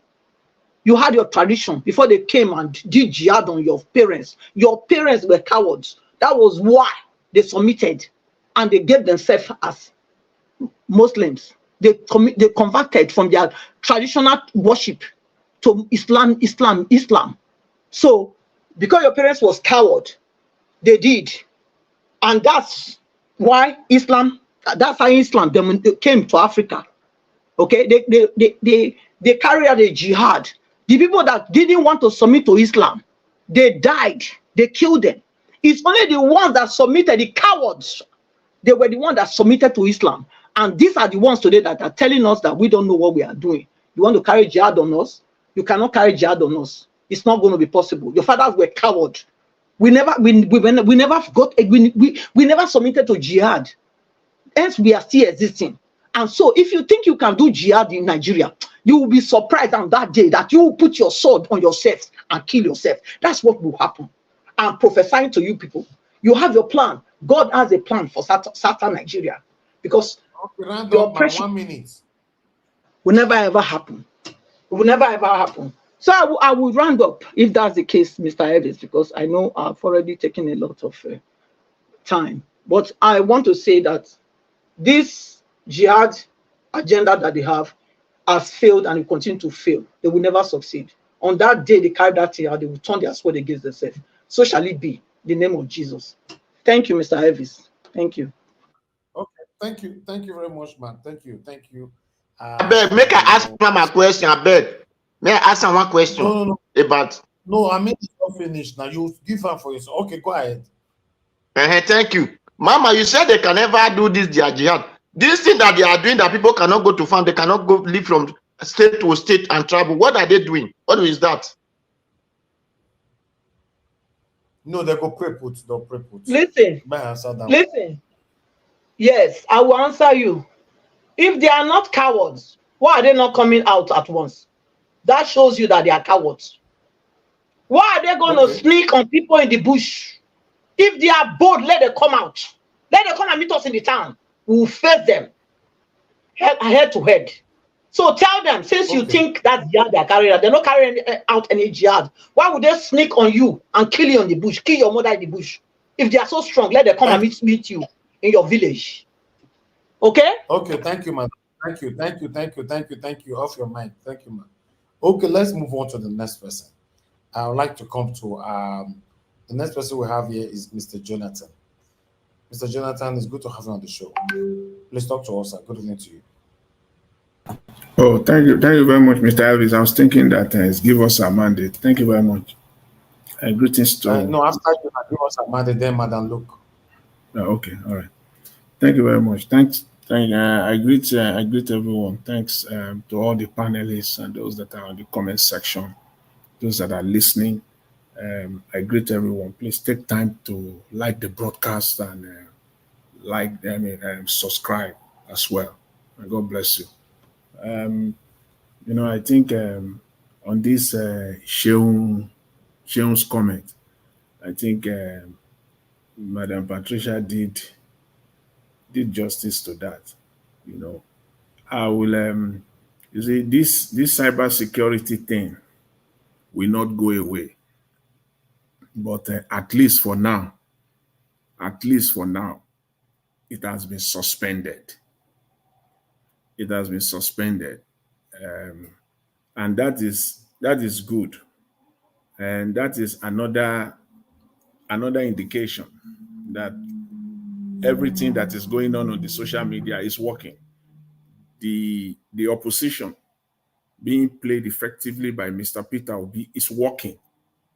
Everything we are doing on social media is working. In fact, much effectively than what even we expect. It's really working. And because of the opposition that came out strongly, Mr. Peter Obi's comment, and all Nigerians that came out using the social media platform, because majority of the comment or opposition against this levy wouldn't have had the opportunity to express themselves through the mainstream media. That would have been impossible. The mainstream media will not accommodate them, will not give voice, will not give the chance opportunity. If it cannot be through the mainstream media. The social media did the work. It was the social media. If anything, they use the mainstream media to perpetrate it. They will bring their surrogates to continue the lies and the propaganda. And it has been working. And that is what they have been doing. That is the reason why we tend to see Nigerian politicians or government not to be responsive, not to be listening, because people want to talk. People really, they are ready, they are expressing themselves, but the platform was not there. But thanks to social media, through the social media, in fact, the opposition is even using the social media, not even the mainstream, because I didn't see Mr. Peter Obi on any mainstream media opposing this levy. No, it was he expressed himself, he speak to the government through the social media platform across. So that is it. It is working, and it is so powerful. The strength and the potency of it, we cannot even, it is immeasurable. Immeasurable. Because they are listening. They have phones on their hands. They are carrying phones on their hands, inside their bedroom, inside their office, everywhere. Before you say it, before you even close your platform, they heard you already. That is it. So we must not relent. I just want to recap that. We must not relent, to put the government, bring them to order every step of the way. And the guy that spoke on taxes, I just want to use this medium again, this opportunity again, to speak to this government, because I know, as I've said earlier in my short intro, they are listening. I will never make mistake about that. They are hearing and they are listening. And I want to use this time again to tell them, because we want to see, we want a good Nigeria. We're looking for a good Nigeria, a home, a country we can be proud of. See, all these levies and taxes that you are introducing is not going to work. This government, you have the fantastic opportunity right now, to embark on a massive construction, road construction, housing and road. This is, there is no any other shortcut. This is what you must do. Stop wasting money and resources. Stop globetrotting the whole world, looking for foreign investment that is not there. As they say, charity begins at home. Start massive road and housing construction in Nigeria, using both direct and indirect contract system. Bring millions of Nigerians to jobs. Give them millions. This is not the old ways where you will award the contracts to your cronies, where you will award the contract as one gentleman that spoke in one of your videos that you presented today, that awarding contract to a 3-day-old company. No, that is not what it is. Awarding billions of naira contract to a company that was just established or incorporated 72 hours ago. No, that's not what I'm talking about. Embark on this. Give contracts to companies Nigerian companies. Give contract to the bricklayers. Give contract to the carpenters. Give contract to the plumbers. Engage Nigeria. Let the money goes to them. You will employ millions and millions of Nigerians. You will take millions of Nigerians out of poverty. This is, again, is a piece of cake. As Alex Oyema will say, you can start that as in yesterday, Mr. Tinubu and your people. It is not rocket science. If you are really serious, this is a test for you.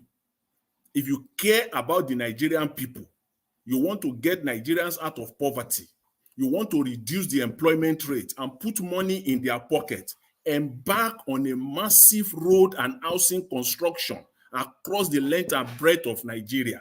Start it in every local government area of Nigeria. Employ Nigerians and give them jobs. If you do this, then you are starting. So that we're not just talking, we are putting ideas on the table. You cannot just be levying people, taxing people that have no jobs. You can't do that. It doesn't work like that.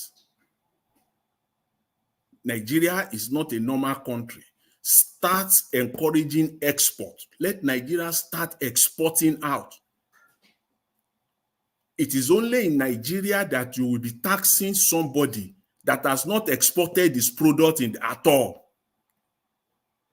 He has not, somebody will be paying VAT on a product that has not even landed on the other side. He doesn't know whether he's going to get paid or not. Why? That's an archaic, irresponsible system. Let Nigeria give them the room to start exporting now. Make it as easy as, in fact, one of the easiest things to do in Nigeria, it is to export. You have to, it is a matter of policy. You have no option. That the easiest thing to do in Nigeria will be to export. If you want to export the bed inside your bedroom, you know where you want to export it to. You can do it within 24 hours. That is how it is done. Make it the easiest thing to do in Nigeria. And when they sell on the other side, ensure that they come back home and pay taxes. Then you have the right, you have the authority the legal right, the authority given to you by the mandate of the people to tax them. Whatever percentage you want to tax, then you can tax. If tax is not paid, you can export again. That is what you need to do, Mr. Tinubu. Stop this, all these policies you are bringing out, all this naira, dollar, naira, subsidy remover. Please put them under the table and start working for the Nigerian people. There is no any other way out. Nigeria is not a normal country. It's a country, as we speak right now, more than half of the Nigerian population are jobless. They have no jobs. The other 50% that have jobs, another half of them are underemployed. So literally, we can say it is only about 25% of Nigerians that are really, really employed. What a disaster. What a disaster. And the easiest thing to do now is to embark on a massive, massive road, because those things are there already. You are not looking for what to do. No, they are already there. Our roads are in shambles. They are in tatters. On motorable roads, you can embark on them. They are demolishing houses everywhere. You can start building houses all over the country. You are the government. You have the capacity. You have the power. You can buy, you can give, you can buy at whatever price you want to buy, so that you will build at the cheapest price possible. And it is purely Nigerians that will work there. Bricklayers all over Nigerians will work there. Carpenters will work there. So the need and the urge to even say that I want to go and buy a house, it will reduce, and then people can get better housing. For me, for this government, your job is cut out for you. If you like, you can be romancing all over the place, looking for ways to siphon the commonwealth of the people. But without that, nothing. Again, there's no way you can help the Nigerian people. How will you get them out of poverty? How will you get the Nigerian people out of poverty? Massive, millions of Nigerians out of poverty. Need to start doing the needful. As in right now, it costs you nothing. You are the government. People have given you the authority. They have given you, that is what government is. The simple meaning of government is the surrender of people's rights to another person or group of people. They take over, you take over their right. That right to make laws and to enforce the law. That's just what we do on election day. We go, everybody goes to the polling booth to vote, to surrender your power to make law. We all have the power to make law, but we go there on that day, we surrender it to a man, one man to become the president, one man to become the governor. We surrender our power to make law and our power to enforce it. We surrender it to you. And you now have the power to make the law and to enforce it. Use it to turn Nigeria around. For me, I agree with the, with the say no to Lagos hashtag. I agree with it entirely. Anybody who wants to do anything in Lagos, do your work very well. Do your due diligence very well. Make no fool of yourself, because another government will pop up tomorrow and do even worse. Potentially do worse. Mr. Elvis, I will leave it at that, but I will end with this. I congratulate Mr. Peter Obi as being the champion of Nigerian democracy. Undisputed at this point in time. Thank you very much, Mr. Elvis. Thanks to all the panelists. I appreciate it. Thank you, Mr. Jonathan. God bless you, sir. Thank you very much. Judge Blue Shell, thank you very much, sir, for the super chat. I appreciate you, sir. Thank you. My first super chat of today. God bless you.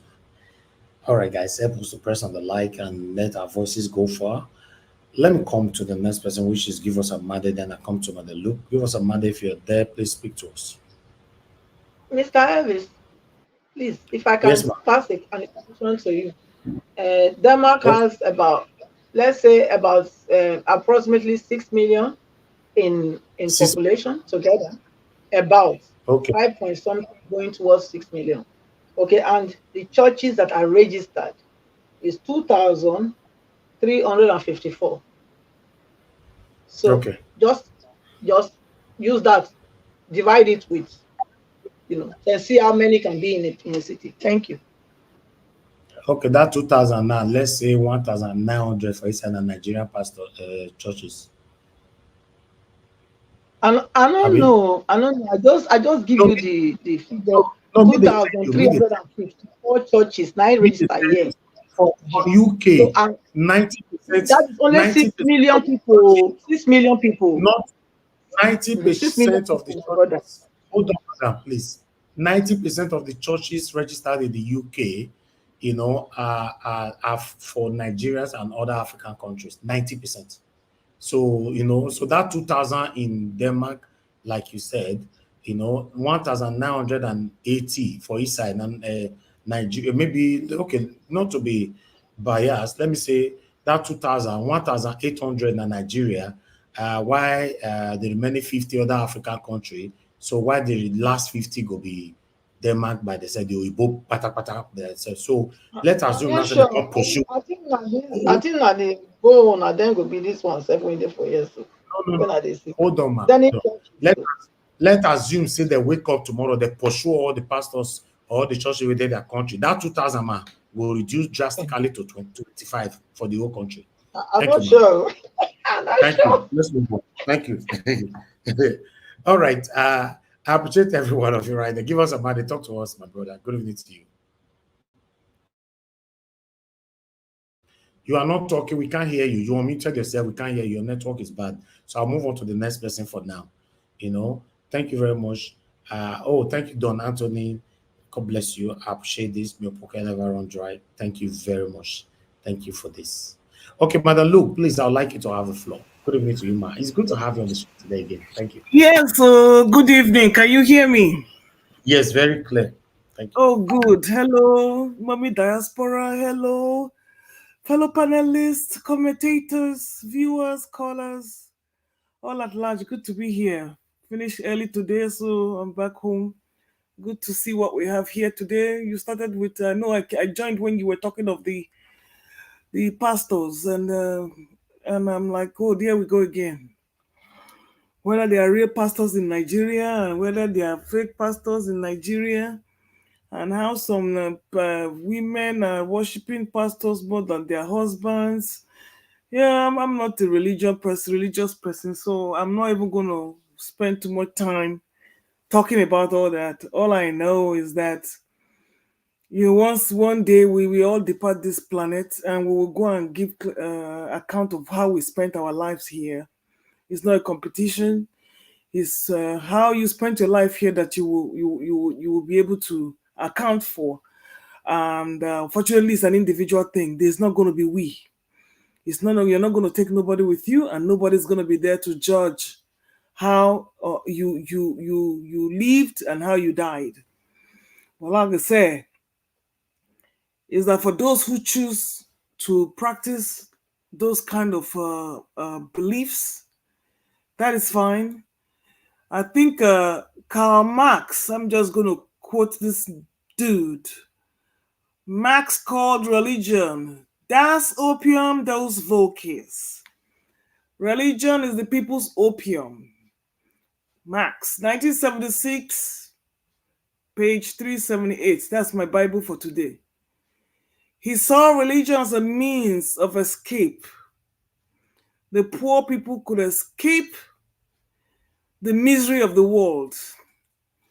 The people need this opium because it gives them that it makes them lack awareness and coping mechanisms for how to solve their problems. That is what religion has done.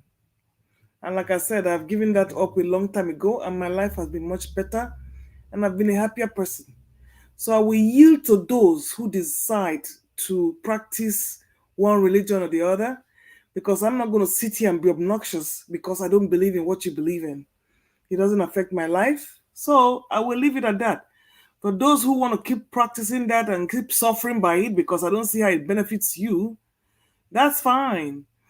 And then we're going to come to, I see what you have here, where it says many churches in Nigeria are set up just for business. It's not many, it's all of them. All of them. All of them. And then you have the issues of the demolition. I'm not sure why people are still investing money in Lagos State, despite what is going on there.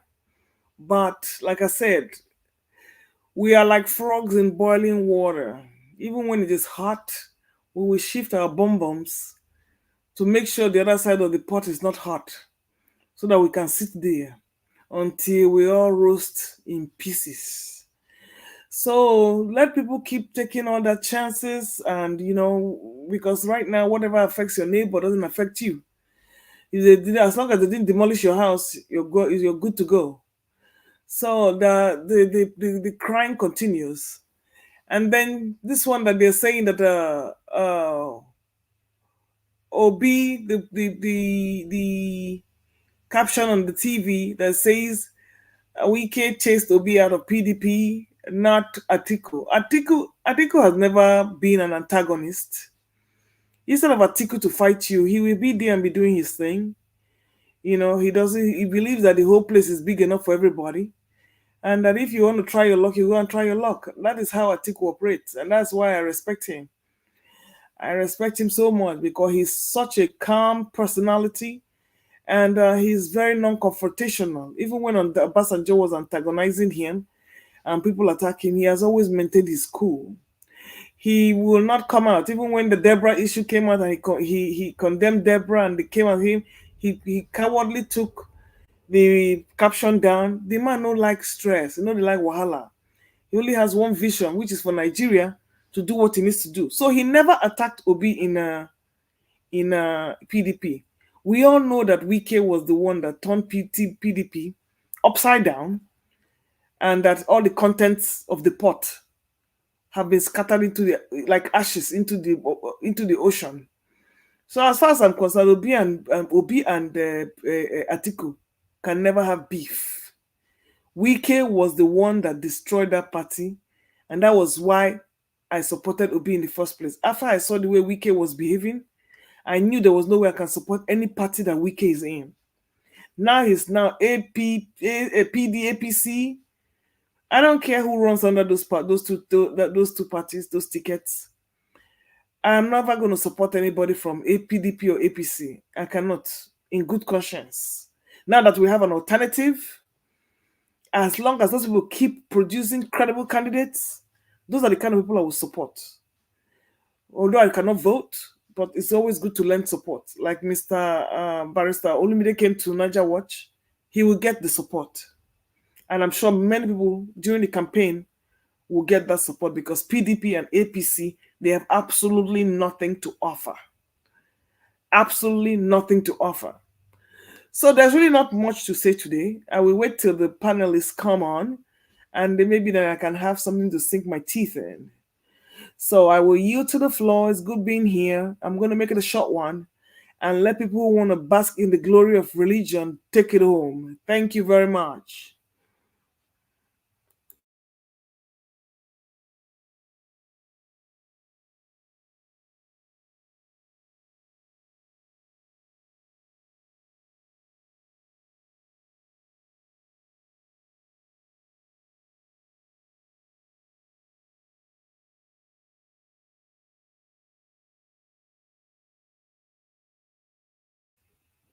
Are we attacked? Hello? Can you hear me? Are we attacked? Can you hear me? We can hear you. Okay, thank you. Thank you very much. Thank you. Mother Luke was asking some kind of questions, which, yes, we cannot answer due to this satanic set of people. But we'll continue to overcome it all. Thank you very much, Madam Luke, for your wonderful submission. Thank you, ma'am. Okay, let's see if we can hear my brother now. Give us a minute. I'm here. Can you hear me now? Yes, you are good. Please go ahead. Talk to us. Okay, thank you very much. Sorry, earlier I was just praying that Mr. Jonathan can probably extend for maybe about 2 minutes more, just for me to pull over. But I mean, thank you very much. Good evening to you, the panelists, all of our mummies and our grandmothers, our mothers, our wives, our sisters, our aunties. Thank you very much. We love you. Thank you for all that you do. Happy Mother's Day yesterday to you all. Hopefully, you have time to enjoy yourself. Hopefully, Mr. Elvis took care of Mrs. Elvis, and Mr. Jonathan took care of Mrs. Jonathan. Thank you very much, everyone. Commercialization greetings, Nigerians all over the world. Greetings. Thank you very much. We do appreciate everything. Please, guys, Papa, Mama, Pekin, we there for Nigeria and then for Bodo Yibo. This channel, now Mr. Elvis, now be the moderator, the referee, the number one on the channel. Please, let's support the channel, like, share, and then buy coffee for Mr. Elvis. I mean, he's been doing a great job. Let's support this channel, please. Let's do that. If we do that, I mean, our voice can go more, and then we put more fire to the bosom of the Jaga bandits. Thank you very much. We greet you all. Well, let me speak something right quick on the issue of Edo. Mr. Ife, if you're listening tonight, you were asking maybe I'm supporting by the social media accountability because of the name. Well, I will not probably say anything further, but I submit to you, sir. Mr. Tony Africa, thank you very much. I mean, you know, we've been able to probably hear our talk and then see probably through the eyes of dedication and then love for the nation and for the people of the country that all that we are doing is not because of selfish interest, but because we want our people to be liberated. Hey, let me tell you this: whether you be Edo, you be from Enugu or from Imo, or you be from Zamfara or Adamawa, in as much as it comes to someone like me, you are my brother. I have lived in the south, I have lived in the north. I basically have dealt with different tribes in Nigeria, and I still deal with them even today. So I am not supporting Barrister Olumide Akpata because of his name. I am supporting it because of the vision that he has for the state. Among them all, Barrister Olumide Akpata stands out. Just some days ago here, the people that said they support Asue Godalo told us that his law firm rated one of the 15 best law firm in the world. By the time we checked, it was a boogaboo. They were just dancing macabre dance, and ever since then, we have not seen them again on this platform. And that brings me to the fact that I say personally here, I now begin to torchlight the resume that they peruse for the man called Asue Godalo. Allegedly, I may not even buy everything on the resume because they oversell and then they underdeliver. The same thing happened to Masaki. As it stands today, the state is suffering. There is no good road, no lights, no power, no water. In fact, very, very a big shame that in the 21st century we are still talking about borehole when countries have gone beyond. You need to come and see what they are doing over here. So, Mr. Ife, I mean, I respect you as my respected elder brother. In fact, that should have come from you. I support Barrister Olumide Akpata because of the vision and because of the kind of person that he is. Olumide Akpata stood against Buhari. You, Mr. Ife, you always call out Buhari. Can Asue Godalo stand against Buhari? No, they can't do it. But Barrister Ozaibo Olumide Akpata stood against Buhari head on. Olumide said, and I quote, "I will not allow X-Men to take my people down. We will give it whatever it takes." Olumide Akpata span into the palace of the Oba of Benin. My brother, what we are fighting for is the soul of Edo State. And Mr. Wale, thank you very much. Like you said earlier, if Asue is in PDP, what do you think they will do? They cannot do anything. What has PDP offered you for the past 6 years, for the past 8 years? PDAPC, will they change? Same paradise, comparize. They are not different. So for me, Barrister Olumide Ozaibobo Akpata is the man for the job. Thank you very much. Now, going to what we have. What I want people to understand is the fact that Christianity is not a religion.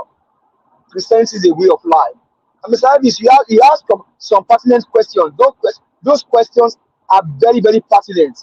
I was on an engagement earlier on a different platform where they put there, pray for your nation. You cannot get the blessing of a nation that you cause. And I put here and I tell them, my grandfather prayed for Nigeria.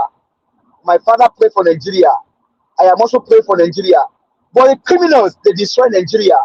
Let the criminals that destroy Nigeria pray for Nigeria and fix Nigeria. But will they do it? No. And I continue to say it here. There has never been anywhere in the history of the world where you see a criminal change their country. More so, a criminal drug baron. It will never happen. Tinubu will not be an exception. I am a born and raised Yoruba boy. Ọmọ Yorùbá ni mí, mi kì í ṣe ọmọ àlè, ọmọ ọkọ ni mí. Ní ìran Yorùbá, ẹni tó ń fagbó tí ń fa gbùrù kò lè ṣe rere. It has never happened. It will never happen. Tinubu will not be an exception. I don't hate him. I don't hate him as a human being. I just hate his ideology and his way of life. That is me. I swear, Obaseki, I don't hate them. I don't hate human beings. They are my brothers. But their ideology and their way of life is what I hate. You cannot say you are for the people and then you are fighting the people. Before the election, we told them, do you know, sir, that for every problem in Nigeria, Mr. Peter Gregory Obi has a solution. It just came to my mind yesterday that for every problem that these people they are even creating now, for every problem they are creating, Mr. Peter Gregory Obi has a solution. Look at the sterling analysis of Mr. CN some days ago about the interstate road that we have. Open up that road, repair them. Nigeria will be basking on economy, but will they do it? No. Instead, they open the highway to fraud. That is their agenda. Education, zero. Health, zero. Employment, zero. And you are opening highway to fraud. And when they come in, they tell you, pray for your leader. Hey, let the leader and his family pray for himself. We Nigerians, let's face our country and see how we can get our country to work. These guys are evil, they are satanic, and they are demonic. They are evil, including the so-called men of God. They sell their own people for cheap. They sell their people for cheap. All because of what they will eat and what they will drink. Because of themselves and their families. Nigerians, open your eyes. Christianity is not a religion, it's a way of life. And the disciples were called Christians in Antioch. Why? Because they see how they live their life. You can call Mr. Elvis Eddie a Christian. He's a man that stands for the people. You can call Mr. Jonathan a Christian. It is one because the man that stands for the people. And people, your religion, your character is your religion. Most of these pastors, they have sold us for cheap. They have sold their people for cheap. They are in bed with politicians. They are in bed with criminals. They are also criminals. You will see pastors, once they collect money from politicians, they will seal their mouths. Wicked human beings. Wicked people. Pastors selling their members for cheap. They don't care. People are being tied left and right. And pastors are collecting, their collecting Ghana must go from politicians. So for me, Mr. Evans, like you said earlier, most of the churches in Nigeria, they are business center. They are business center. Their mind is not centered on the people. Jesus Christ, after teaching in the wilderness, he will ask Peter, he will ask Paul, are we going to let these people go for hunger? They will tell him, no, master, what will we do? At the point they ask him, master, are we going to buy bread in this wilderness? Only a little boy brought his own lunch box, and Jesus Christ gave the people food. But today, these pastors, they have sold their members for cheap. People are dying left and right and center. They are buying private jets. Mr. Elvis, you asked a personal question, sir, and I support your question. Christianity is not a religion, it's a way of life. The question is, are you a Christian? Thank you very much, sir.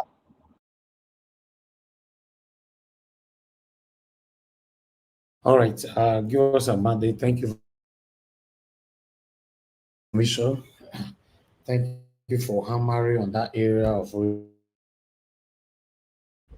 Yeah, it's not easy to talk on that area. Trust me, it's not easy. But nevertheless, let's move on. I appreciate you all. Thank you for always putting your voice out there. I appreciate every one of you, and you always hitting hard. Olumide. That's what I was trying to talk about earlier on. That the way you are supporting Olumide, you are not from Edo State. You know that yes, you and Mr. Jonathan and many others have set the pace, for other tribes in Nigeria.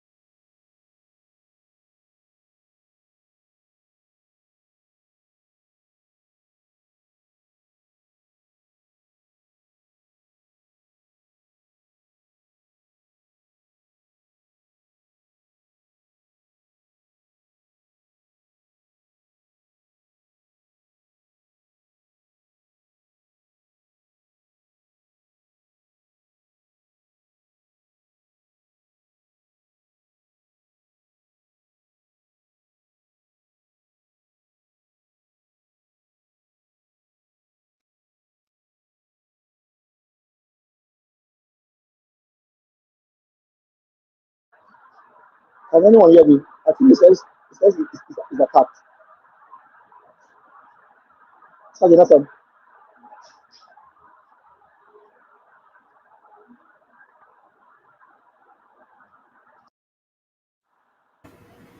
I can hear you. Yeah, I think Mr. Elvis got an attack. I think the next person should go after me. I don't know who that person is. Okay, he's back now. I think he's back now. Can anyone hear me? Yes, we can hear you now. Hello? Can you guys hear me? We can hear you. We can hear you. Mr. Elvis, we can hear you. Okay, thank you. Thank you. I thought somebody have started talking, you guys were just waiting for me, right? No, the whole thing went dead. The whole thing just went blank. We couldn't hear anybody. Yeah, but if I'm not here, I've said it before, everybody can move on. Everybody cannot just stay quiet and, we just move on. Anyway, thank you very much. I'd like to call on Mr. Odua. Mr. Odua, if you are there, please talk to us, sir. Thank you. Good evening, Mr. Jawash, all the panelists. Can we hear me? Hello? Is someone hearing me? Odua, once you know that we can hear you. Every day you ask, can we hear you? Can we hear you? No, because you just say it is my network now. That is why sorry. It is my network. I want to be carried along. Go ahead now. Okay, thank you. The listeners, commenters, and the viewers, good evening to all. Well, according to what I saw in the topic, because I did not watch anything, but it said that woman who cried out that she just bought a plot or whatever property in Lagos, and demolition have just snapped a compound now. So we are just getting the information that demolition is in that area. So I felt pity for her because Hosea 4:6 said, my people perish because they lack knowledge. So this is where I'm talking about whatever we are doing known as development, that they might not be development, but because the people who occupy authority, which we call government, are not the people supposed to be leaders. They are not even qualified to be a leader. And that is why when they now become a leader, they misbehave. A leader who are not addressing their people, who are not teaching their people what they're supposed to know. They don't advertise what they're supposed to know in television, even there is no even light for them to see. They don't say it in radio. Maybe those people can still go and buy what they were calling that battery that time. For 4 battery, 6 battery, then put it in their radio and listen to hear and know the instructions of the state. But nothing like that.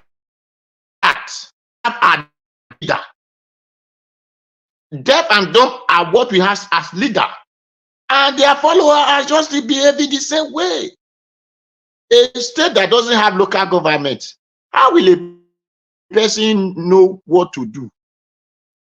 When the local government, we say they collect money, but the office are not functioning.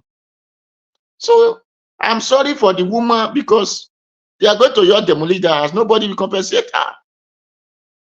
Nobody know the area that is government area in any of those states. Because if they know that this area is government area, I believe they will not go. So because we have fake leaders, that is why nobody know the government area. Like that time, Bobahi, we know the Uniben, those to Aduwawa, we are for government. So if you go there to go and buy land, you waste your money. Then we know that Ogbe Stadium, the back of Ogbe Stadium is for government. So, well, I'm sorry for the woman. That pays me. If I have money, I will have sent to her, but I don't have. And well, let me talk on this religion. Our sister, we are saying those who are fighting against church. This thing we call church, I don't really understand it too, because I will hear that they quote it and they say church. A church is it a place that people go to go and sit down together to dance, or is it a building, or is it a spirit? Because these people that are saying church, those who are against church, if they did not understand what Jesus Christ says about church, because it is only one place the Bible quoted that Jesus Christ made a church.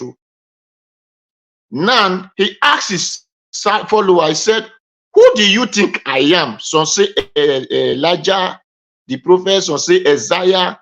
But Peter stood up and said, thou art the Son of Man who came to save the world. Then he now said, you are Caiaphas. It was not even say, he said, you are Caiaphas. Then what the English people interpreted to Peter, he said, upon you I will build my church. The gate of hell shall not prevail. Upon human being, it is where you have church. It is not building. It is not where people come together. It's called church. The spirit that dwell in you, that make you not to be perished, that make you to know the right thing to do, it is called church. But today, what we have is business center, that those ones they are calling church. If anyone say I'm lying, let him come and quote it from the Bible. Let him bring it out from the Bible. And for those, even where it was called church in the time of Paul in New Testament, I want the Nigerians who are claiming Christianity, this, that, and whatever religion they claim, to come and tell me the church that they are calling Nigeria church. Because the England brought their church, they were called the Church of England.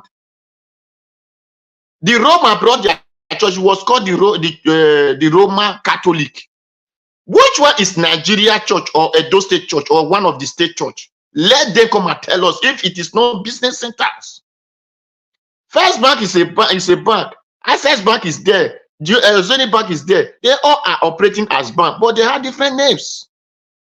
So what we go they call church in our president are business. That is why they have branches. A church doesn't have branch. It's in you already. According to the Bible, it said the church of Philippines. That is for the Philippians. It said the church of Galatians, which is for the Galileans. The church of Ephesus for the Ephesians. So which one is the church of Nigeria? They should come and tell us, is one of the Christ Embassy, the Church of God Mission, this. Which one is the church of Nigeria?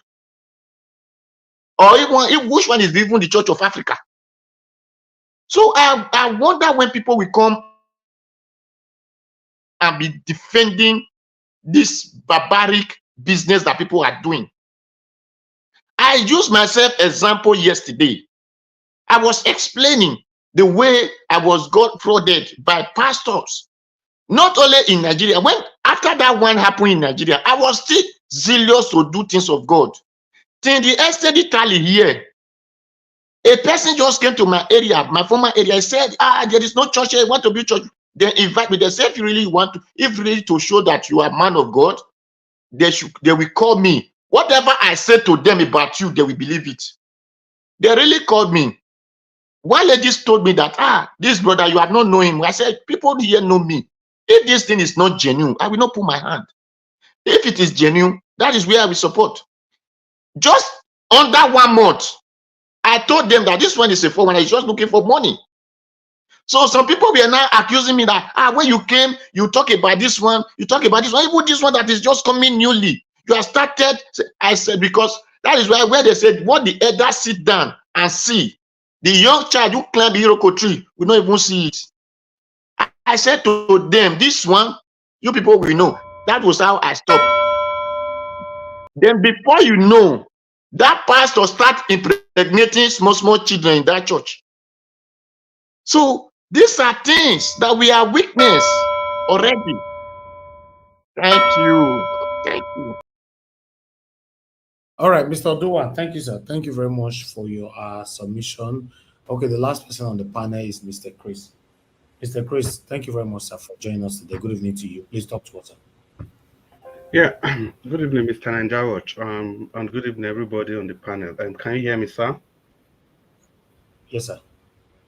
Yeah, good evening. It's an opportunity to be here again, and thank you, Mr. Nanjawach, for giving us the voice, for making sure that we are able to give power to what we feel in our inner recesses.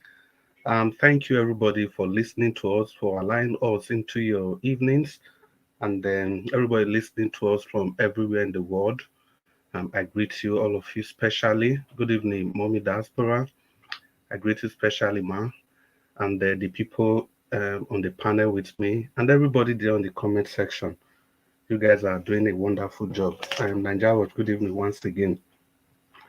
And for me, I'll just want to start with the issue of Sheung Kuti, who has been shooting from left, right, and center. Sometimes he's on spot, and sometimes he misses the target, and depends on his state of mind. Of course, he's saying some he's dishing out a lot of truths, but also some of these truths can be questioned when it has to do with things relating to him. And that just tells you, is a constant reminder that we are all humans, and no matter how superpower we feel we are. So that's for Sheung Kuti. And for, and do I call it religion, church, or Christianity? And Mr. Njaro, I suggested yesterday that, in my view, I think it will almost be better. It's just a suggestion that if you can coin a topic, a particular topic, for example, we can say, are the churches, are they real in Nigeria? Do they have impact on the society? Have they been helpful? So that we'll know the exact angle that we are looking at the issue from. Because you can see everybody firing from all cylinders. You know, people are looking at it from different aspects. It's like the elephant. You know, if everybody covers their eyes and you ask them to describe the elephant, if you go and touch the elephant, it is the part that you touch that you can actually describe. So in order to get a robust view on this subject matter, in order to do justice to this subject matter, I think it will be better that you coin a topic that centers on a particular aspect or on a general aspect. But the most important thing is that there's a topic, there's an angle, there's a fulcrum where we all can unleash our energy on and do justice to that discussion. Yeah, so I think it is only in that way we can properly x-ray the issues at stake, issues surrounding religion and yeah, spirituality and whatever it is. Be that as it may, I have to take some time to reiterate that there is a clear-cut dichotomy between religion and spirituality. I think um, Give Us Our Mandate already alluded to that. Yeah, and also there's a clear-cut distinction between churchianity and Christianity, and there's a clear-cut distinction between God Almighty and Sky Daddy. All these are different concepts that we Africans, especially not just Africans, I know in the third world countries, this has become a control mechanism where we can use to hold the people down. By so doing, the people are not able to demand for what is truly theirs. Because at the time people relinquish what they are supposed to do to a supernatural being, to a superpower, those kind of people, they become very easy to control. They become extremely easy to control because naturally, the way man was wired, if man has a problem, you have to think, use your brain, and do something outside the box to get a solution to your problem. But immediately you introduce the concept of religion, it blurs out people's memory, it blurs out their thinking ability, it blurs out their God-given power to be innovative. And unfortunately, the people in the third world, they like coping mechanism. I think that was Madame Luke's word. They like coping mechanism. You look for, if you have a problem, instead of facing it, you look for alternative to reassure yourself that this problem is going to go away. Or no matter what it is, there's a supernatural being that will take care of all the problem eventually. But we forget that there's a particular Latin phrase which says laborare et orare, which means to work is to pray. So these are two distinct entities. And also, we mustn't forget that religion in its extreme, it was Madame Luke that said that also, according to Karl Marx, it becomes the opium of the people. Because if you take opium, you lose your mind. You are devoid of the ability to be in control of yourself and your immediate environment. And once that happens, you are left to the controlling power of the people that are more conscious than you are. And the way the issues in the third world stand as at now, it appears the politicians, they tend to be more conscious than the rest of us. And that is why they are able to manipulate us. That is exactly why they are able to manipulate us. And we seem to be bereft of ideas because we have submitted our willpower, our thinking capacity, our thinking caps to our spiritual leaders, that we are quick to be in line in their whims and caprices. Because it staggers my imagination that, as cruel as our government is, our spirit, the so-called spiritual leaders, they still keep telling the people to keep praying for the government. And some of them have the audacity to go as far as using quotes, Bible quotes, to support their selfish moves, their selfish advice, their satanic advice to the people that they ought to be a shining light to. Still talking about losing our sense of comprehension, of our ability to think for ourselves, of our ability of not being conscious, because we are under the influence of an opium. That's why the politicians have been able to take control of the situation. That is why we allow things to go just like that, because we are less conscious of of the level of consciousness that we ought to be. So how can you actually tell me that with everything that is happening in Nigeria, some of us are still rooting for the PDP and the APC? Some of us are still looking for ways to defend these parties. Look at what's going on in Lagos State, for example. Despite the destruction going on in Lagos, some of us are still less conscious enough not to know that these destructions, they are targeted against the people that wanted to bring a radical change in Lagos, against the Igbos, because they stood up for what is right, they stood up for what is true. So, even if because if they are doing this destruction, they destroy 90% of the properties belonging to one tribe and 10% of the other people. Then you use that 10% to justify that the destruction is not only targeted against the Igbos. Why did they not do this before election? They said it clearly with their mouth that this will be the last time that this set of people are ever going to interfere in the election of Lagos. And we all still go about pretending that nothing has happened. If we just zero down on Edo State, did Obaseki do this? He did the same thing. It is politics. They are all the same thing. Obaseki is not different. The PDP, the APC, they are all not different. He did the same thing in the House of Assembly. He did that against the members of the House of Assembly, removing the roof of Edo State House of Assembly. The House of Assembly he didn't construct, the House of Assembly that his funds were not used to construct. And people still find a way to tell me that he's not a wicked man. But he's a politician that must survive, and his wills, his wishes, his comfort is above that of the people he governs. What about the election he conducted? How fair was that election? How free was that election? Even the election that he didn't conduct, how free was that? How fair was that? The last House of Assembly election in Edo State, remember that woman that was died? Obaseki was implicated. Obaseki and this PDP, they were implicated together in that.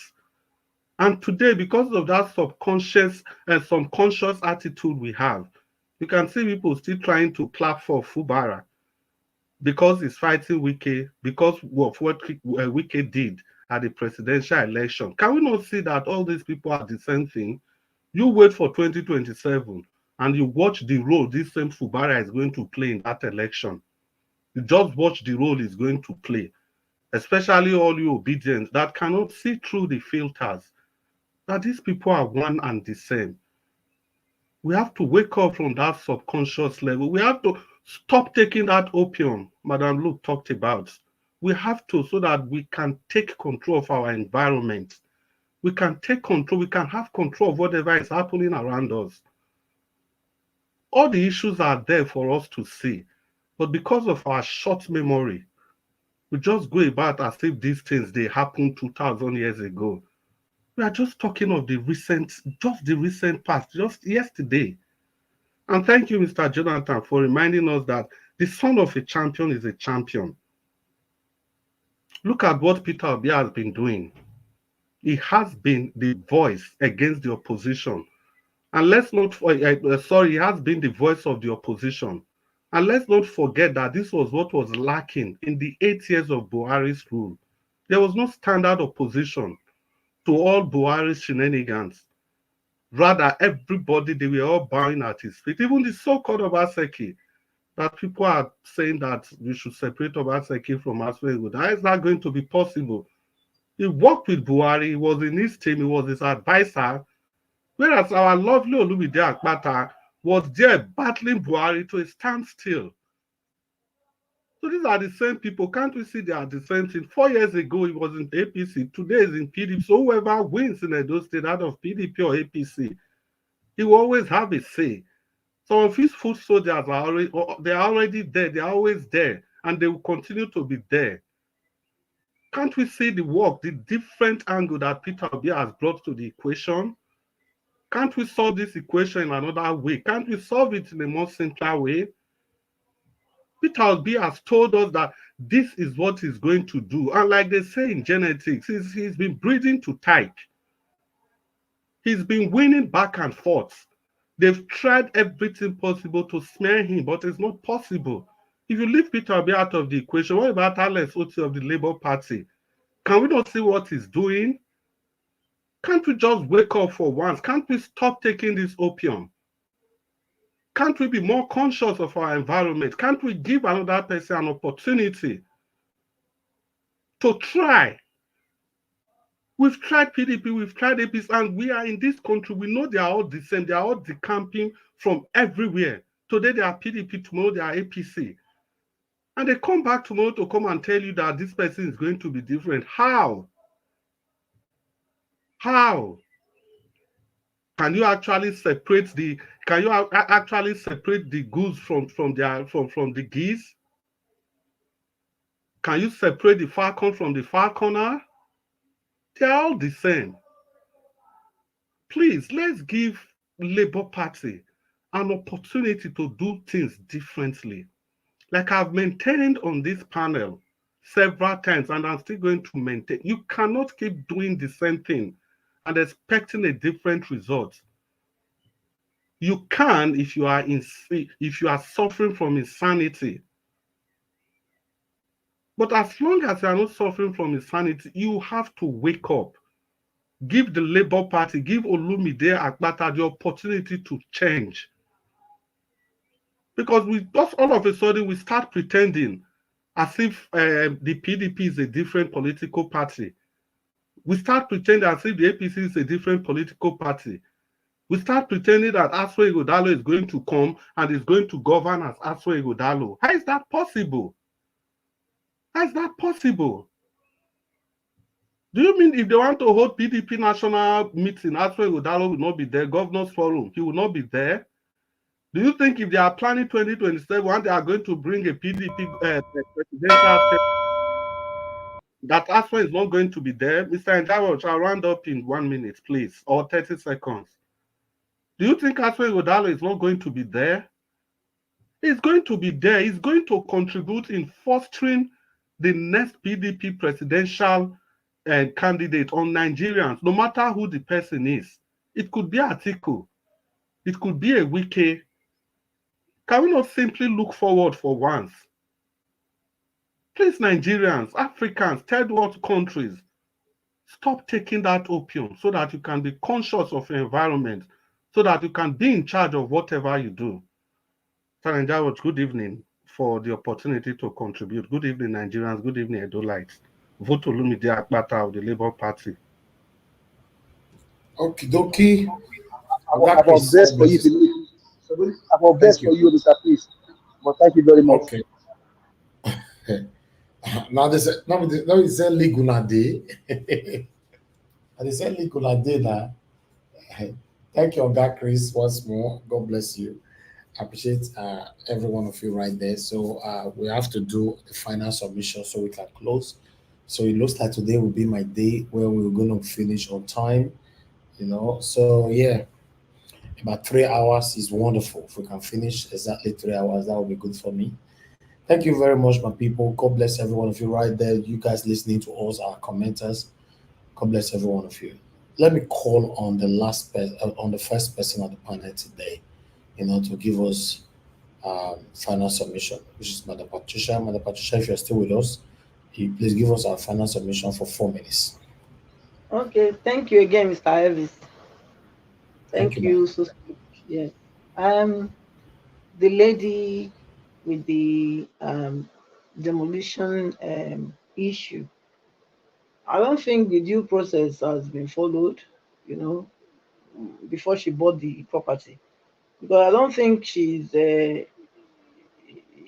been unaware of what has been going on, because according to what she said, or what was shown here, it was like after 2 months of her buying the apartment and the house, that's when she got this notice that the house is going to be demolished.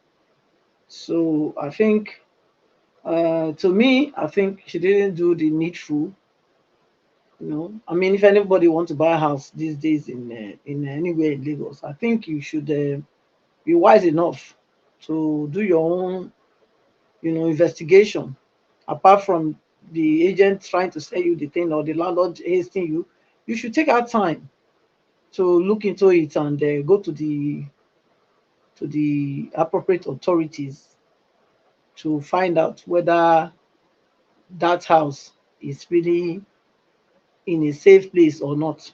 You know, if it's in a government allocated land, then you pull out immediately. I think if she had done that, maybe she would have been told the truth that, you know, don't go there, that place is a no-go area. So sometimes that's what it is. Nigerians blindfold themselves and jump into the well and expect that on the other side of the well there's no water. And since there's no water, somebody will throw them either a rope or ladder for them to jump out. So I think that's what we see there. We know we always want to target as it's about targeting and because of what has the election, but at the same time, this is not something that happened before the election. If this woman is crying out now, which means it's recent, it's after the election. So she should have also done her own due diligence to make sure that if she buying any place in Lagos, supposed to do that, you know, deep investigation to find out whether this place I'm buying is it among the ones they are planning to demolish or not. So I don't know. I think I will call it, since it's not that long ago, I would say it's out of negligence. Actually, it's just been you allow yourself to be in that situation. That's how I would call it, because I don't see any reason why anybody should buy any property in Lagos at this time that they will be marked for demolition. So I don't know. I don't think it's possible. You should do your due diligence. So that's that one. And of course, Obi being said that it wasn't the one that was the person that triggered the what was it called, that Atiku, it was Wike that made Obi to depart from PDP. It's clear now. Everybody knows that Wike is the brain behind that. I think he formed his own group. Whether the five South governors, where are they? How far are those people that he deceived? I think those ones, they are somewhere licking their wounds, because he deceived them, and now he's in Abuja and dining and whining with the so-called APC. So yes, anybody that follow Wike, you know that you will not go far, because Wike is a deceiver. So you just have to be careful. That's all I have to say. Thank you. All right. Thank you very much, Madam Patricia. God bless you. Thanks for your time with us today. I appreciate you, man. Okay, let me come to Mr. Jonathan. Mr. Jonathan, sir, please unmute yourself. 4 minutes. Mr. Jonathan, are you there, or I should move on? Okay, let's move on to the next person. Give us a no. Let me go to Mother Luke. Mr. Ivis, you are too fast. I will. Can you? Okay, I'll take the next. I'll take the next one. I've been calling you now for the past 78 years now. You know, answer. All right, Mother Luke, please give us your final submission, man. Thank you very much. Thank you. Final submission. Nothing much to say. It's going to be a short one today. What can I say? We struggle for the heart of Nigeria. We keep praying and hoping that things are going well. Kudos to Master Excellency Peter Obi to continue showing what the leader he is. And everything we see right now is coming from Labour Party. As the Edo State gubernatorial candidates show what they have to offer during the campaign season, let's make sure we support the best candidates we can. But one thing is supporting the candidates. Another thing is for them to actually be represented. I mean, they represent the people. We are aware that INEC is still going to do what they have to do, and that we are still just going to keep moaning and groaning under the yoke of the injustices of the land. But like I said, let's keep helping and praying. And that is basically all I have to say today. Thank you all and have a wonderful evening.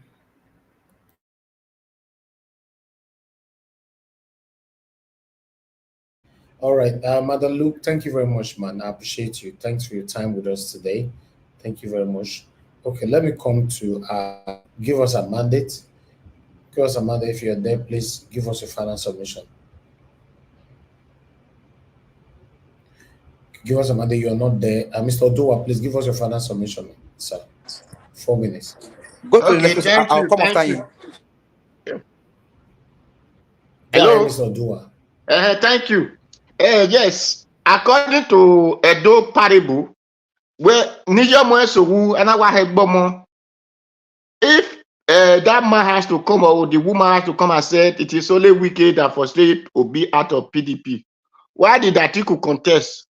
Why did he not give Obi the space and say, I will not contest, Obi go and contest? So let no one say it is this one. It is two of them that are contesting PDP. And that is for that. Then for one thing I will have asked, but the time is not there now, because our brother Baba Christ, you said that we need to take charge over our things. Thank you very much for you to make that comment that we have to take charge over our things. That is why I say, Edo people, take charge over your own pillars, mate, that God has used to bless you.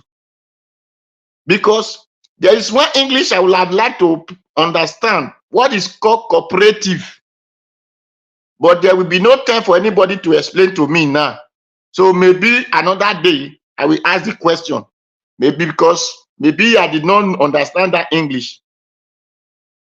So there are cooperative companies, there are cooperative industries, there are cooperative this and cooperative that. So I wanted those three people to, like Black Panther, to explain to me what is cooperative, so that if I can have anything to say over it.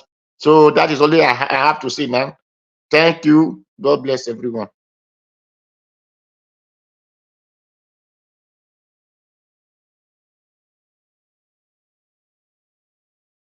All right, Mr. Odua, God bless you, sir. Thank you very much for your submission. Okay, let me go to give us a matter. Are you ready now? Yes, sir. Yes, sir. Can you hear me? Your voice is very low. Oh, sorry. Can you hear me now? Okay, go ahead. Thank you. Okay, thank you very much. If you are on this panel listening to us all over the world, the demolition in Lagos State is actually born out of tribalism and hatred. Remember what Remi Tinubu said. I mean, Mr. Elvis, I shared the video with you some months ago, that the inheritance of the Igbos, Tinubu and the wife, they will inherit it, not Yorubas. Tinubu and the wife, they want to inherit. So what they are doing is intended. They are doing it out of hatred, because they know that Mr. Peter Gregory Obi won the election. And if you look at it, even the Yorubas don't want Tinubu. But I am happy, because when we told them before the election, they didn't listen. Now they are the one crying of hunger. In the issue of Yoruba land, I've not seen where a politician would disrespect the people and be giving them sachet of spaghetti. One sachet of spaghetti, and our mothers were kneeling down to that wicked politicians. In the issue of Yoruba land, even when Obasanjo was there, I did not hear Yoruba cry say, now under this criminal drug baron, Yorubas are crying that they are hungry. My Igbo brothers, me, I be Chukuma now, so make we enjoy our money well, enjoy ourselves. With time, things will get better. My Yoruba family, make una open your eyes. Open your eyes and smell the coffee. These guys are criminals. They cannot do anything for the country. Now, going to Edo State, you cannot separate Obaseki from Aswe. You cannot separate them from PDP. You cannot separate PDP and APC. So the only option you are left with is Barrister Ozai Bobo Olumide Akpata of the Labour Party. Papa, Mama, Pikin. You don't vote for umbrella, rain beat you. You don't vote for broom. Edo State no claim. In fact, or your state, rain see they beat us for there because now umbrella ended here. These wicked people. So let's give Barrister Olumide Akpata our collective power to go there and represent us, because he has been tried, he has been tested, he has been tried, and he has proved that he's the only one that can do the job. I asked a question some times ago that do you think that Buhari, if you wanted to do it then, he cannot treat Olumide Akpata? He could have done it, but you know, if you face rock, now you go bend. The guys stood when Obaseki and the Aswell, when they put their things together, they were kissing the ring of Buhari allegedly. Olumide was busy challenging him. So let's give Barrister Ozai Bobo Olumide Akpata our vote. Let him change Edo State. He's passed into the palace of Yoba. My people, no waste your vote. Vote Papa, Mama, Pikin. Barrister Olumide Ozai Bobo Akpata for your government. Thank you very much. All right, give us a mandate. Thank you, my brother. Appreciate you. Mr. Jonathan, please talk to Honor if you are available. Yeah, thank you. Thank you 4 very much, minutes. thank you very much, Mr. Harris. Thanks for your understanding there. I just want to quickly, end on this one. The high cost of food. I listened to one of the presentation one of your presentation earlier today talk about the high cost of food, and the emphasis was on Gary.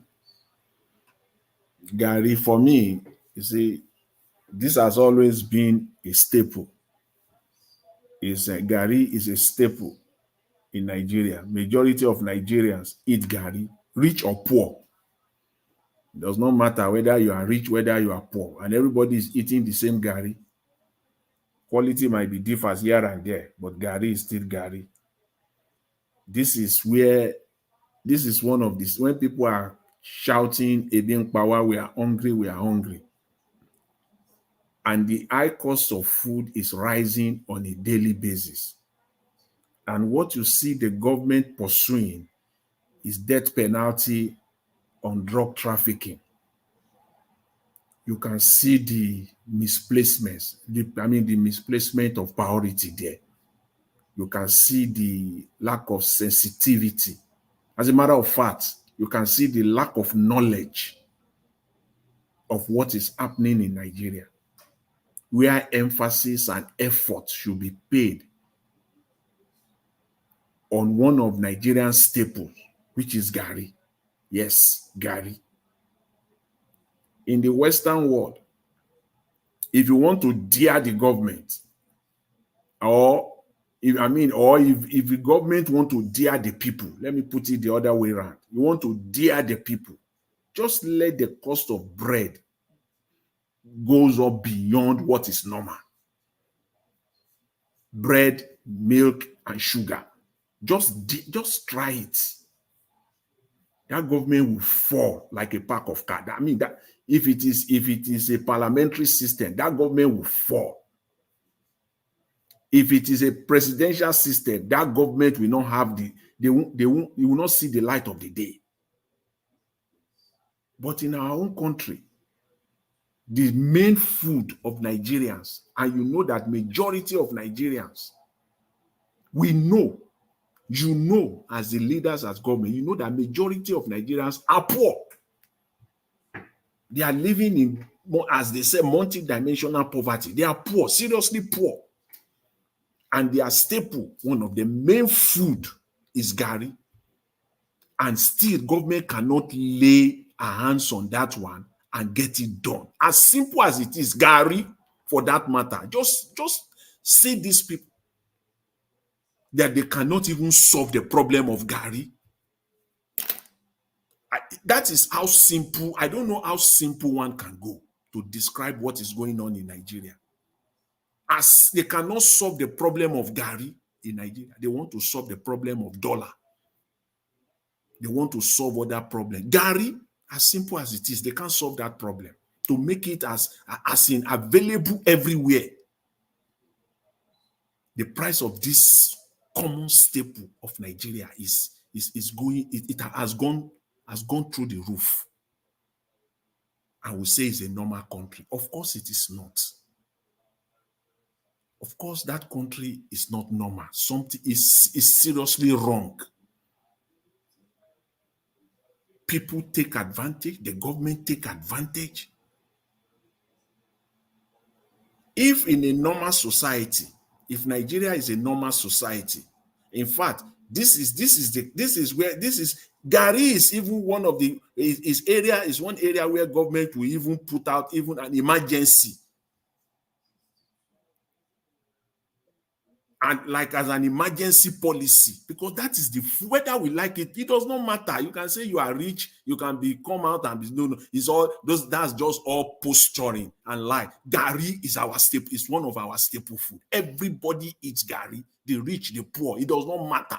You eat Gari. In Aso Rock, they have Gari there. They eat it. And government cannot solve that problem. For me, it's not funny. It's not out of line. It's a serious matter. Mr. Elvis, I will leave it at that for today. Thank you very much. I really appreciate it. Mr. Jonathan, Garina, not be poor man food again. It's not a rich man. That's why it's a serious matter. That's why it's a serious. So where are we? Where are the poor now? Where are they now? They have been completely left behind. There's no way out. Are they going to be eating sand? If Gary is no longer at their reach now, is it sand they will be eating? People can't afford it anymore, man. Anyway, let me pick this call quickly. Hello, Mr. Nigel. Please hold on, sir. I picked the call already. Madam Origin, please, you only have 2 minutes. Please keep to your time. Thank you, man. Go ahead. No, it won't be 2 minutes because people need storage. You don't say what I didn't know they look for trouble where trouble not there. I will still continue with this my story. Honestly, as I am speaking and as I am thinking through, but this is on a more serious note I want to be. I'm thinking deep on the major problem, the crux of the matter with Nigeria and Africa as a whole. I think it is lack of respect of if you like, you call them elites. If you like, you call them people in authority. People in authority not respecting the people they call some.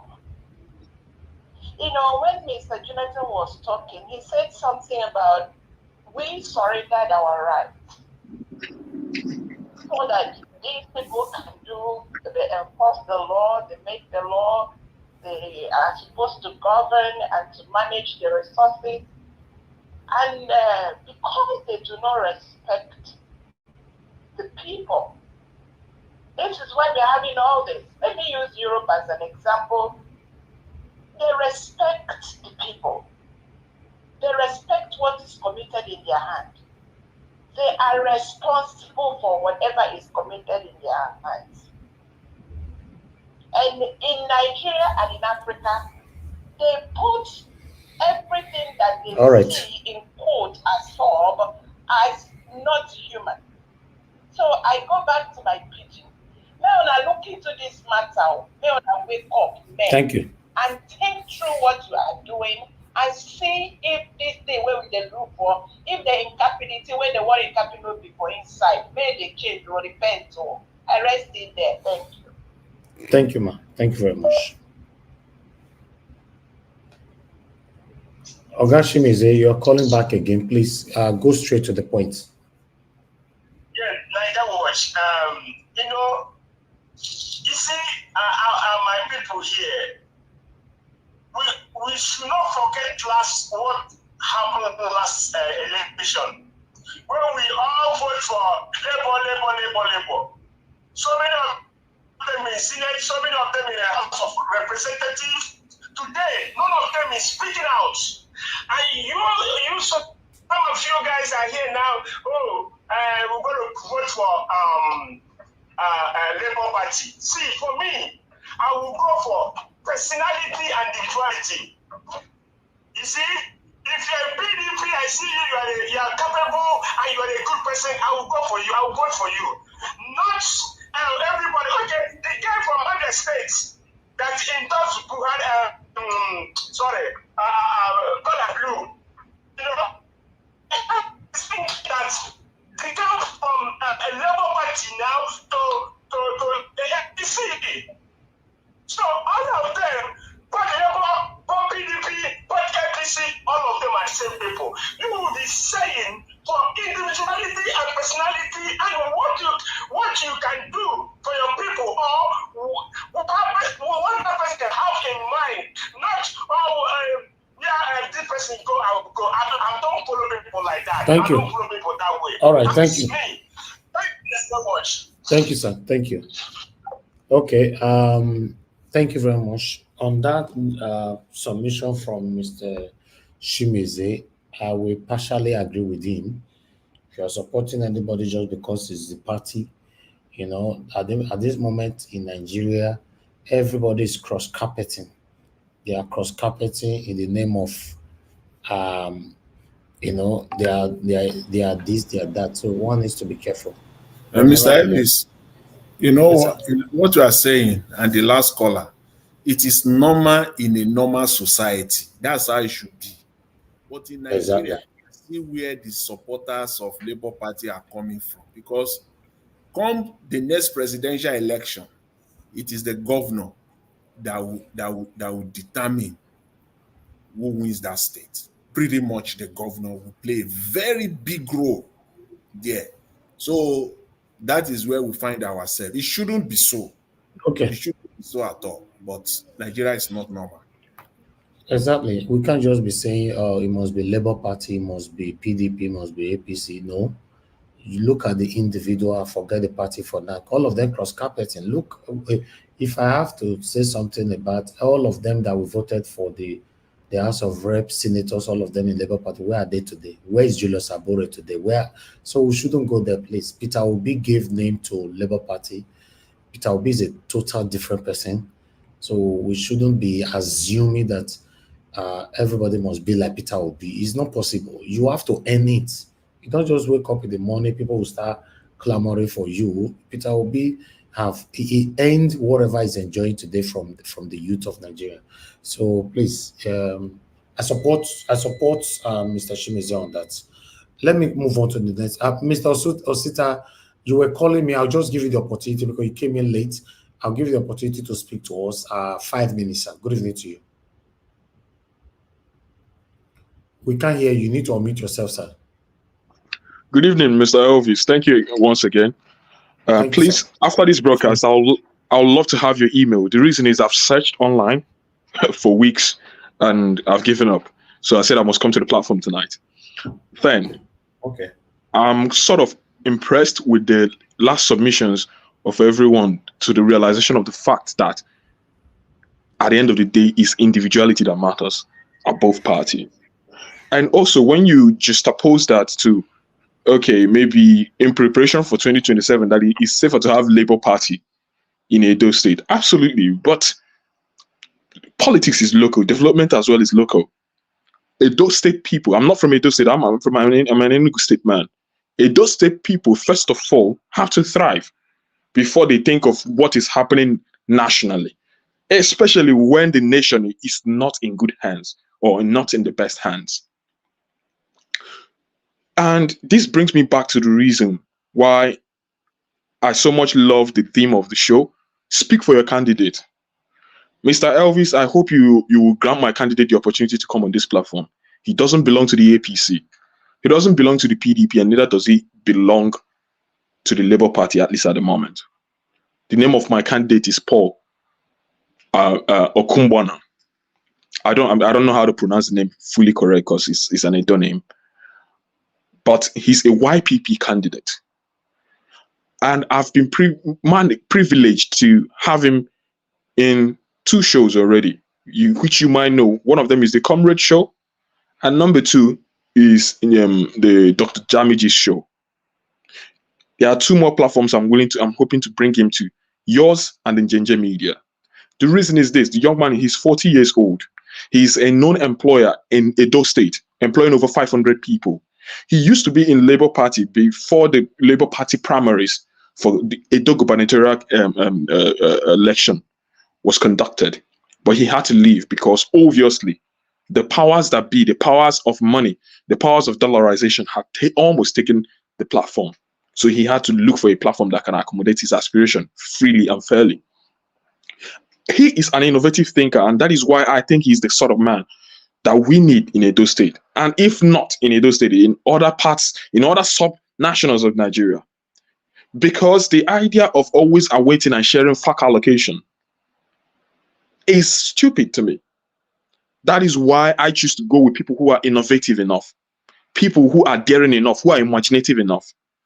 Please, I beg of you, with all that I hold dear, give me an opportunity to bring my candidate to your platform and let Edo people decide. Because a voice that is not heard is an idea that is not heard. All he needs is just 30 minutes of your time on this platform. And I'm sure people will be singing a new song after they've had an encounter with him. As for the other 3 candidates, I don't see anything they have to offer Edo State. Asue Godalo, for me, he's always saying that he sees a part. I don't see what he sees. He sees a part, he sees a part. He absolutely sees nothing. Sorry, my brother. Which party is that? YPP. Okay. Paul Okumbo, 40 years gentleman. He's an entrepreneur, an educator in Edo State, running over, almost 50 education centers in Edo State, employing over 500, and having over 500, employees under his belt, paying taxes to the Edo State government. If you're looking for a homeboy, he is truly a homeboy. He doesn't have the billions to spend on an election, but I tell you, he has the imaginations it takes to bring Edo State to the world-class state. You put someone like that who is young, who is innovative, who is driven, and who is ambitious, who is hungry for development. And I will tell you, watch Edo State skyrocket and tower above other states in Nigeria. These other gentlemen, I tell you, they have nothing to offer. And I mean, I didn't say with any disrespect or any love lost, because I've been opportune to interview Mr. Olumide Akpata on this platform. And when I asked him what he plans to do for the IGR what is it called, of Edo State, how does he plan to raise it? He said that is not what he's bothered about. That he first of all wants to, work with what he has in hand. Thank you very much. Please, Mr. Naija Watch, I don't know how you can give me your email. Maybe if I give you mine here, maybe you can send me an email so that I can send you the gentleman's link, his contacts and everything. You will not regret having him on your platform, that I can assure you. 30 minutes is all he needs. And we'll be singing a new song on this platform. All right, that's the email on the screen, sir. Thank you. Okay. I guess you can see that, right? Okay, thank you. I didn't think that was the email anyway. Okay, absolutely. Thank you very much. Thank you, sir. Okay.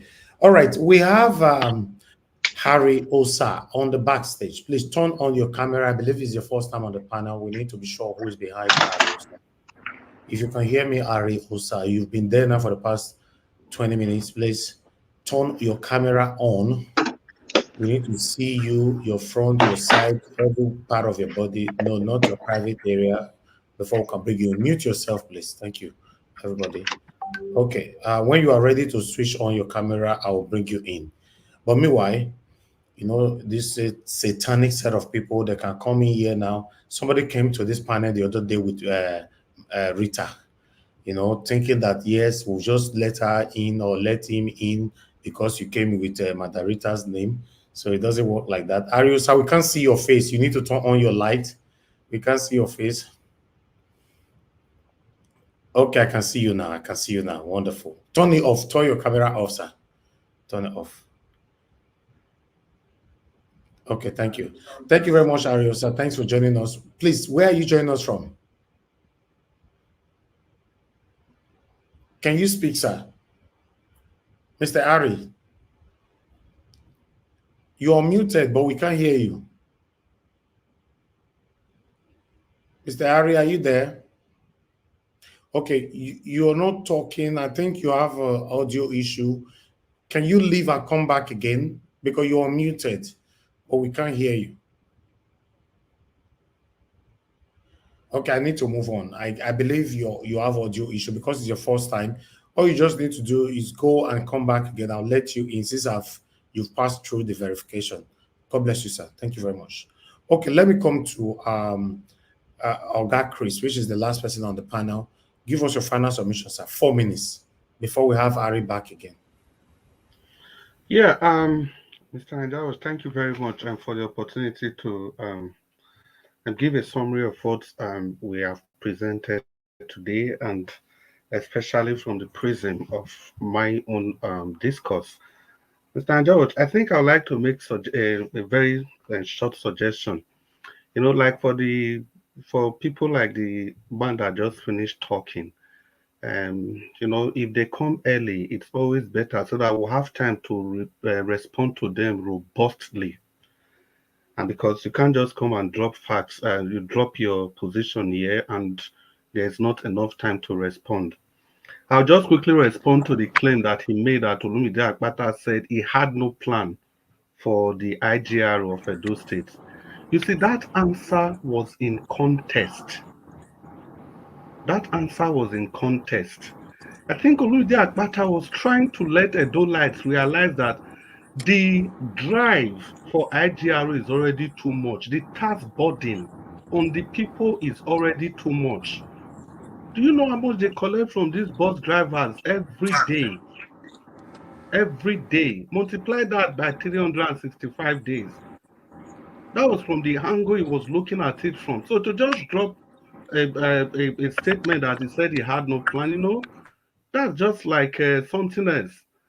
So if we must have people bring up fresh ideas, we must have the time to respond appropriately to those ideas. Then I'll just move on to Mr. Odua. You still have time to talk about the Okpila cement. Like I said, we are going to donate and build you a new factory. So then for a destruction in Lagos, I still believe simply that these people, what they are trying to do is to try to give it a fair coloration. I'm just responding to Madam Patricia, because even if the lady body has before or after the election, but there are evidences everywhere that these people, these evil people that are in government in Lagos, they are after a particular tribe. And that is what matters. We must keep our eyes on the ball. We cannot use the little to judge the majority. Statistics shouldn't work like that. Also, Atiku, you see, this is also the same game they are trying to play. If Atiku is blaming Wike, what did Atiku do? If Atiku was responsible, when Wike became an opposition to Peter Obi in the PDP, what did Atiku do? Why did he go ahead and contest? Why did he not join Peter Obi to fight Wike? Why did he contest it? Why did he not say it was the time of the Southeast, according to the PDP arrangements? Why did he not pull all the northern weights to fight against what's his name again, Wike? Then because Wike tried to strangulate Peter Obi, so the next thing that he had to do was to go and buy his own presidential form and get into the race. The real politics is that Atiku was already planning to contest, and Wike's camp got a hold of this. And what did they have to do? They have to respond appropriately.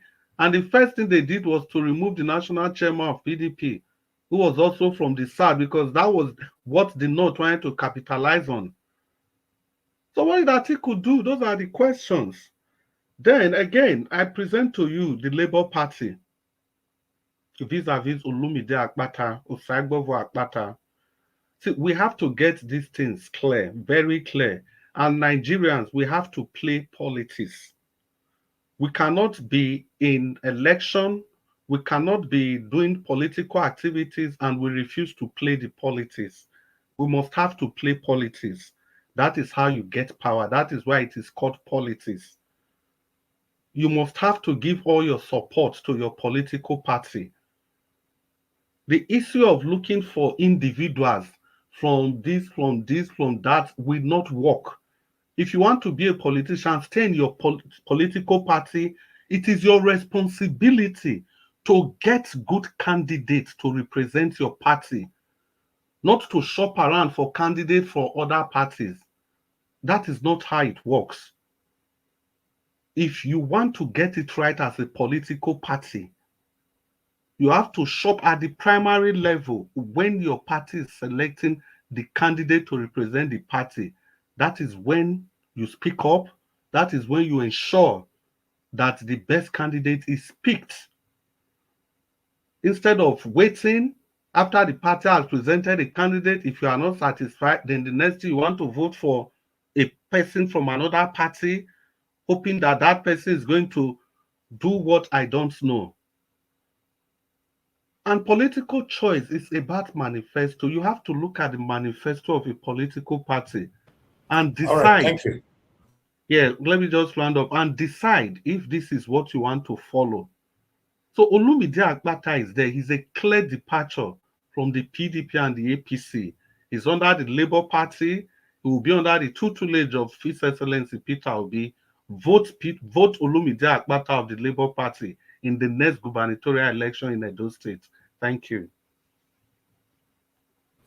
All right. Thank you very much, sir. Thank you so much for your submission. Mr. Oduwa, I wanted to call you in, but you just came in and you left again. I don't know if you want to come in because I'm ending the show right now. So I'll just wait for you for a few seconds. If you are coming in while we wait for you, I'll give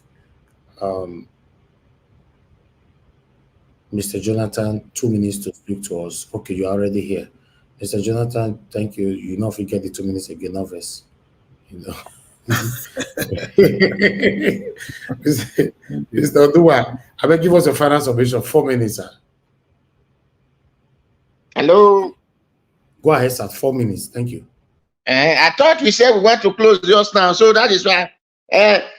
Papa Chris, I don't forget to be as May factory because I expect you know why I was saying this man Black Panther should come and explain what is cooperative, because as I'm singing, shouting, people are mocking. How many more explanation do you want?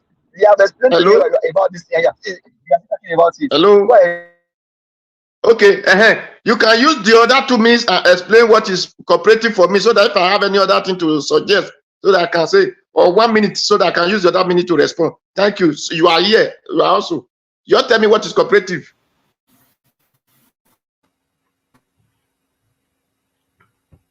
Mandate, say you wanted to tell me what is cooperative. Can any person answer?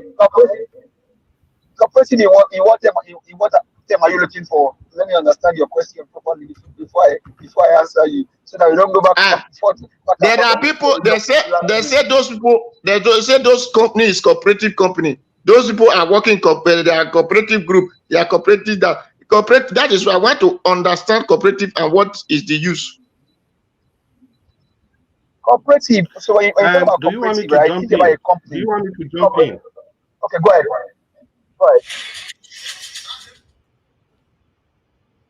Mr. Adua, I know the angle you are looking at it from. I think from the simplest definition, a cooperative society, it ought to be a kind of business that is owned and controlled by its members. I know that's what you are talking about. And these members who are also the ones who benefit from its services. You know, there are some key features of cooperative society. For example, the ownership and control of that cooperative society is by members of that society. And that ownership, it is democratical. And cooperative society focus on the members, focus on the benefit of the members. The profit from cooperative society is generated by that cooperative society and shared among the members according to their patronage. So thank you very much. Thank you. I'm not saying I understand like this. Wait, yeah, okay. Mr. Adua, listen. I hope I know where you are coming from. Your own is that, like Okmilas made, ought to be operated like a cooperative society owned by Edolites for the benefit of Edolites. But what Barrister Olumide Akpata was trying to say, that company has been seceded legally. Thank you. It was sold legally. by the previous administration. See, it's like giving somebody a C of O. If a government gives somebody a C of O, you know, the process of retrieving that land becomes very difficult. All And right, thank even you. more so if it has to do with cooperative society. So that's the angle Thank you. Mr. Olumide Akpata was Mr. looking Chris. at it from. Thank you. Thank you, everybody. Thank you. Madam Rita, please, don't know if you are the one behind there. Please quickly confirm that. Okay, good. Yes. Okay. Thank you. Okay, Madam Rita, it's good to have you on the show. I'll also give you 5 minutes to talk to us so we can end the show. I bet another person not come again and go sleep. I don't know why Madam Rita never sleep by now. With Abby, you know that your time zone and my time zone is different. So, good evening, good afternoon, everybody. Madam Luke, Madam Patricia, all the lovely women in the house, good afternoon. And all the great men in the house, Mr. Chris, Mr. Jonathan, give us our mandate, and then Pa Odua. My lovely mommy diaspora, Koye. Okay, I'm late. I don't know what you guys are talking about, but the last time I heard I was on, I think there was a guy who called from the US in New York. And I just want to say, God bless that guy. I don't know him, but I cannot even make black soup for him yet. He's just starting. But he spoke well when he was trying to explain about PDP and APC. People don't realize it in Edo State. If you vote PDP or APC candidate, it's the chip of the old block.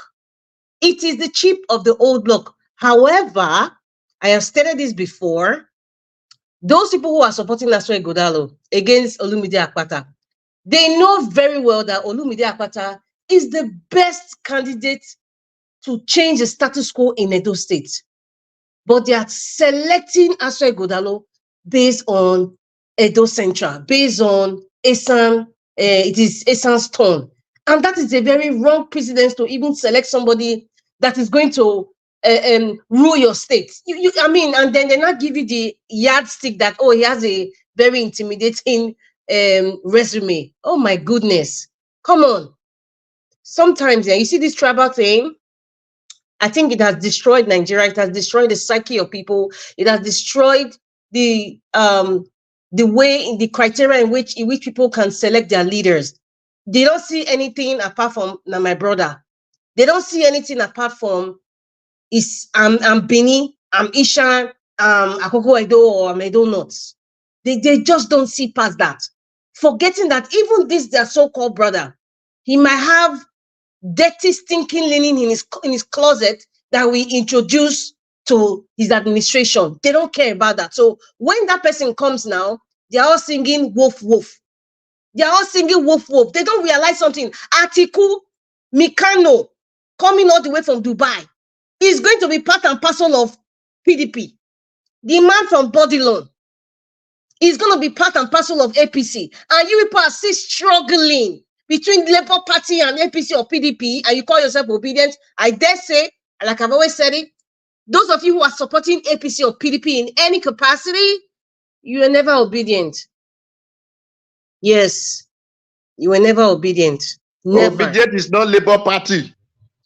Obedient is not Labour Party, but I am referring to the gentleman who called from New York. Do you realize?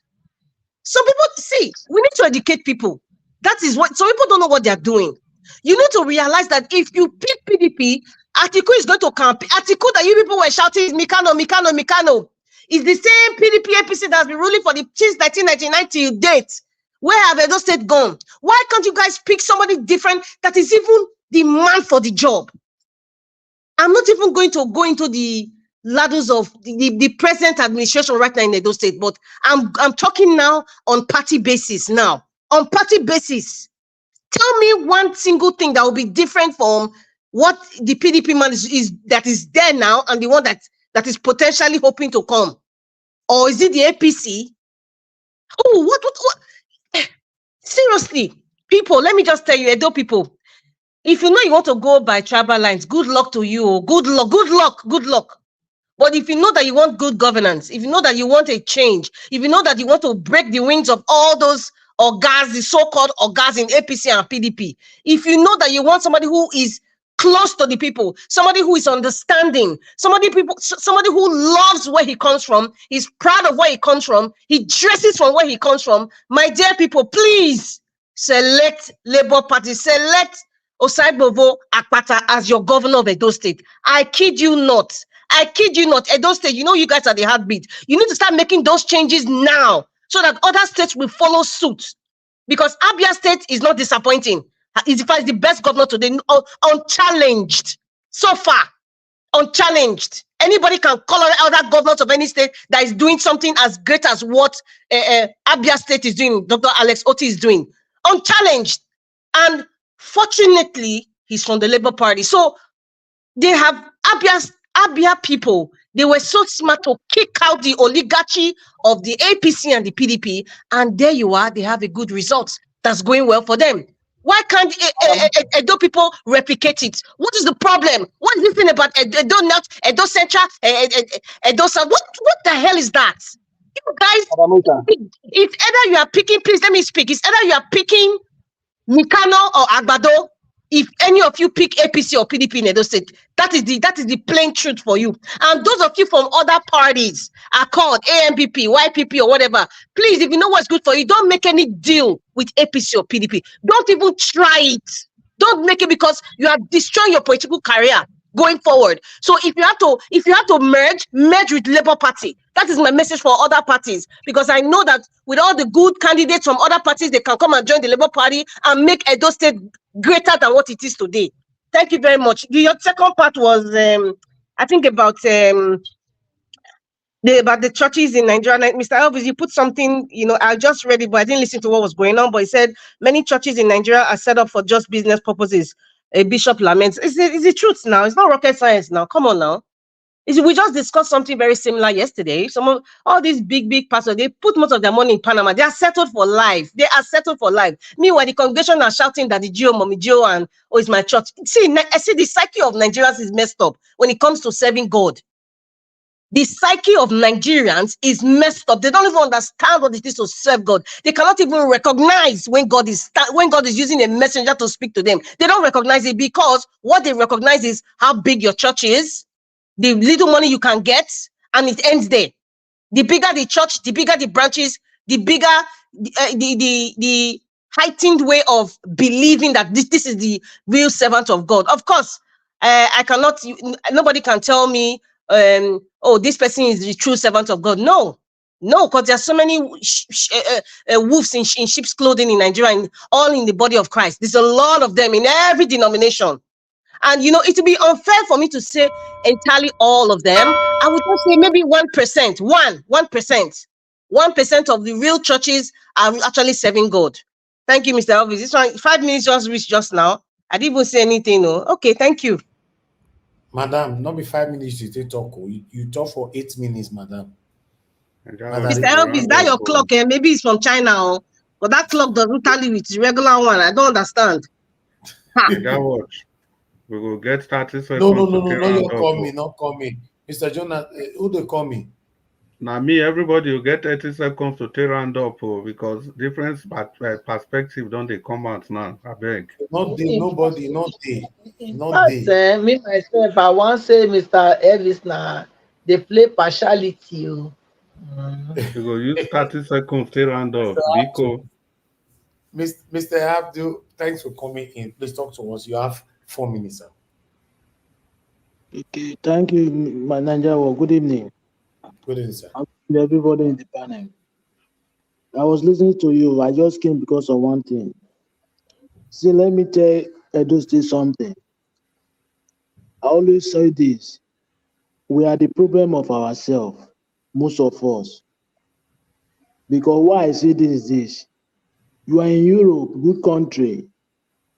You are campaigning for PDP and APC online, which is very bad. What are they did since how many years back? What is improvement? No progressive.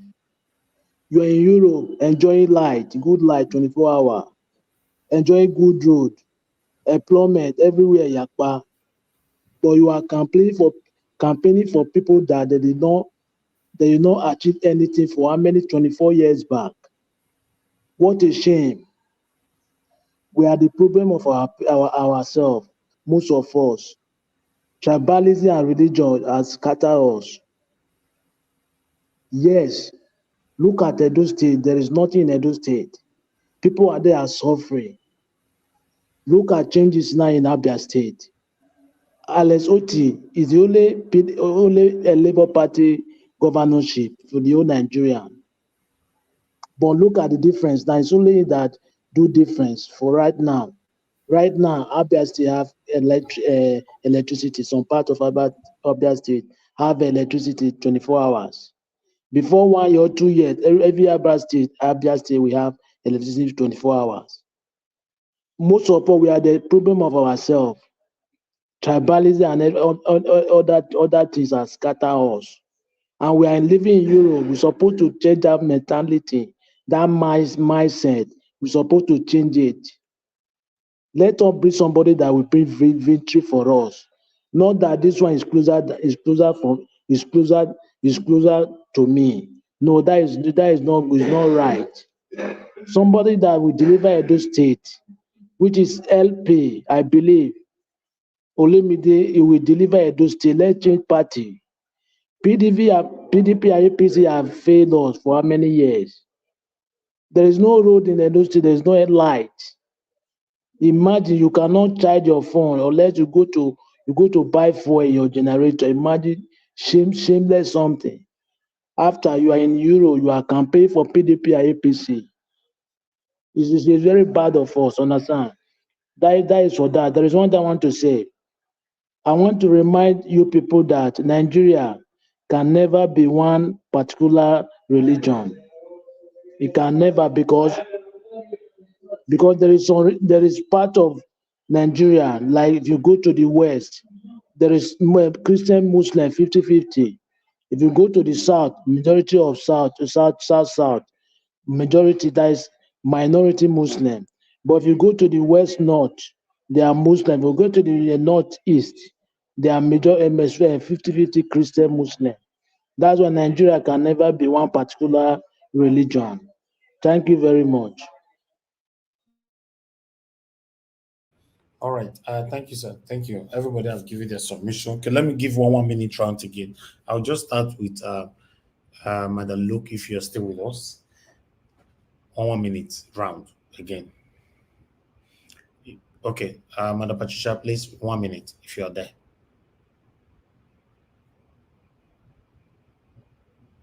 All right, give us a minute, 1 minute if you're there.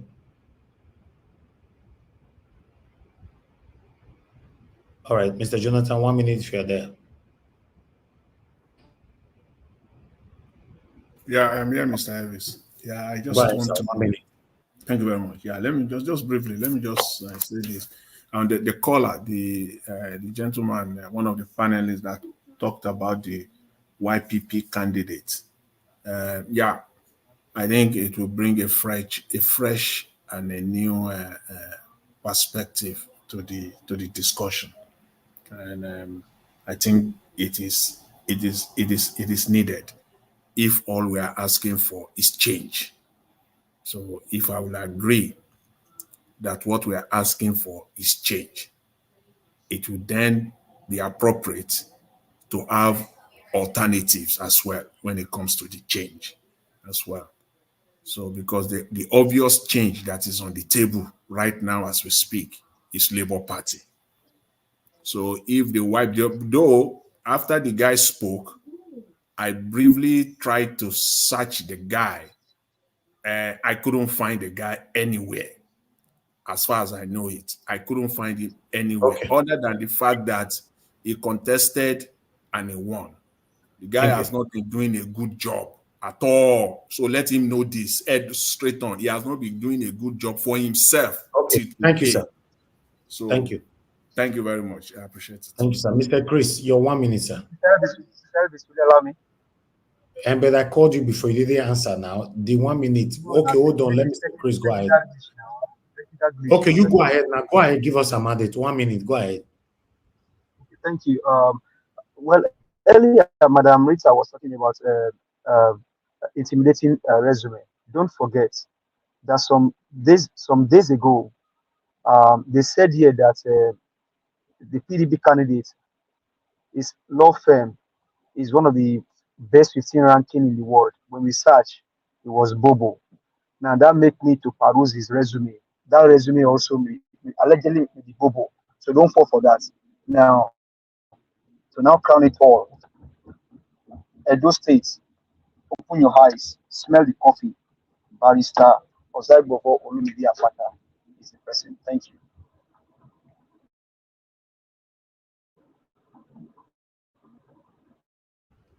All right, Mr. Chris, please, your 1 minute, sir. Thank you.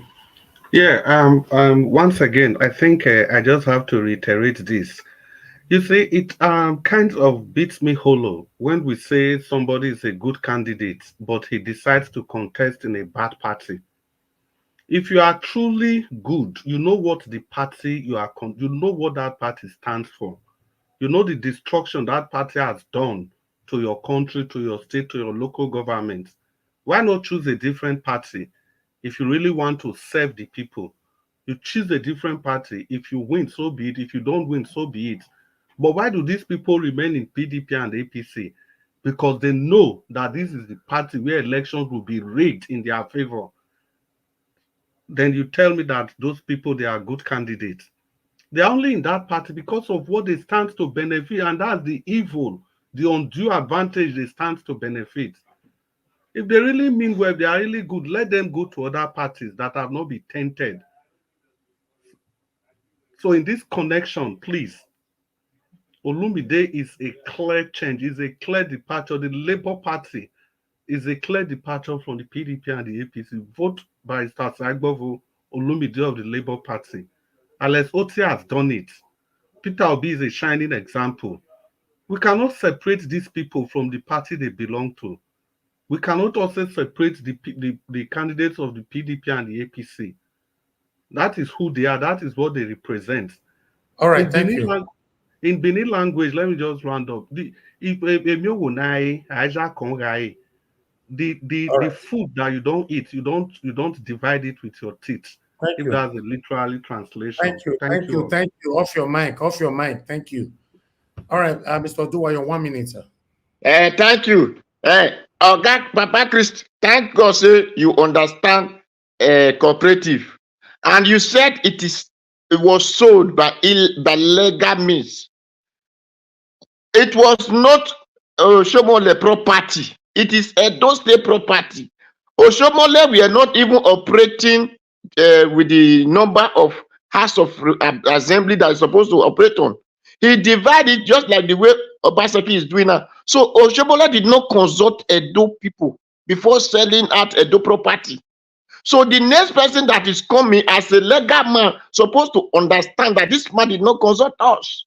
So he has right and all means to retrieve those property and let those state take over their property and benefit it. Not just only tax that they will be paid to the government. Those state will be paying the tax also. Thank you. Good night. Yeah, Mr. Njao, sorry, 10 seconds. Mr. Odua, you see, that's what we are saying. When that Okmila cement was sold, it was Oshomole, Obaseki, and that's when Godalo, they were there with him in that government. So that is one reason why you must vote out those people and vote in Labour Party. Thank you. Thank you. Amanda Rita, please, your 1 minute, man, please. Thank you, Mr. Elvis. All I want to just say is that, please, because right now you've just shortened the 1 minute, so you know what I want to say, but I'll just say, Edo people, please support Olumide Akpata. He's that guy is just the best guy. He's just a breath of fresh air. He's just the breath of fresh air away from the oligarchy of the APC and the PDP and all the litigations and the demolitions and all sorts that have been going on in Edo State for the past 8 or I would say even 12 years. It's ridiculous. It's ridiculous. This is nonsense. These people, they don't see all of them finish. The little stipends that they're giving you is what they give their girlfriends to buy a recharge card.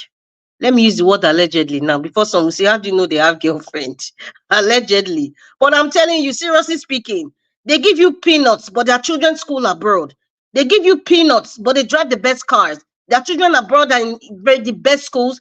They don't even work because they have money. They fly first class, not even business class, first class. But yet you are wasting your saliva supporting them, enabling them, and you are shouting support a PDP or APC. Man, wake up and smell the Gary.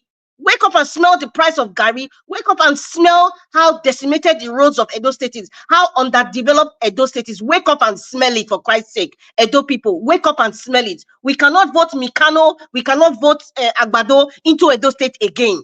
Let us make a difference. Let us show the world that Edo State is not under the armpit of APC or PDP. That is what you guys need to do. Seriously speaking, this is serious business here. This is about our lives. So please, I am begging you, reason with me. Reason with me. Do you realize what you're getting yourself into if you support APC or PDP? Do you guys really understand what is really going on? Please vote Olumide Akpata. That is the only guy right now that can steer Edo State to the right direction. That's the only guy from top to bottom. He's the only person. Thank you, Mr. Elvis. Thank you. You don't have to talk and since, madam. They should vote Labour Party. I have to sink it into their medulla oblongata. They should vote Labour Party. Remove APC and PDP from their mind. Thank you again. All right. No, Wala. Thank you, man. Thank you very much. God bless every one of you. We've got to the end of the broadcast. I'm going to have a bless you now. Thank you very much for those of you that joined the panel today, starting with Madam Luke, Madam Patricia, my brother gave us some mandates, Mr. Jonathan, Oga Chris, Mr. Oduwa, Madam Rita. God bless every one of you, and Mr. Abdul Malik. It's good that you came in to put your voice out there. Those of you that called in, thank you very much, Mr. Shimeze, Madam Origin, Mr. Ben, and many others. God bless you all. I'd like to quickly appreciate those of you that supported the channel today. Judge Blue Shell, thank you very much. And Don Anthony, thank you. I appreciate you all. All the people in the comment section, start with Mother of all Mommy Diaspora. Thank you very much, Mommy, for all you do. Appreciate you always. Thank you. I appreciate every one of you right there. Thank you very much, Stella Imaseredo, IK Special. Thank you. And we have Michael Abba. Thank you. Tony Africa. Thank you, Madam Ame Bright. God's grace. Thank you, my wonderful people. Peggy Modi. Thank you very much. Friday Wango and many others. We've come to the end of the broadcast. We're going to continue again for where we stopped today by tomorrow 6 p.m. by the special grace of God. Join us again 6 p.m. Please subscribe to our channel. Take us to 100K and share our videos, like our videos, so that our voice, my voice, the voice of my wonderful panelists can go far. All right, my people, like I talked about before, I here now go join the curtain. It's been a long day. Thank you. Have a good night and bye for now.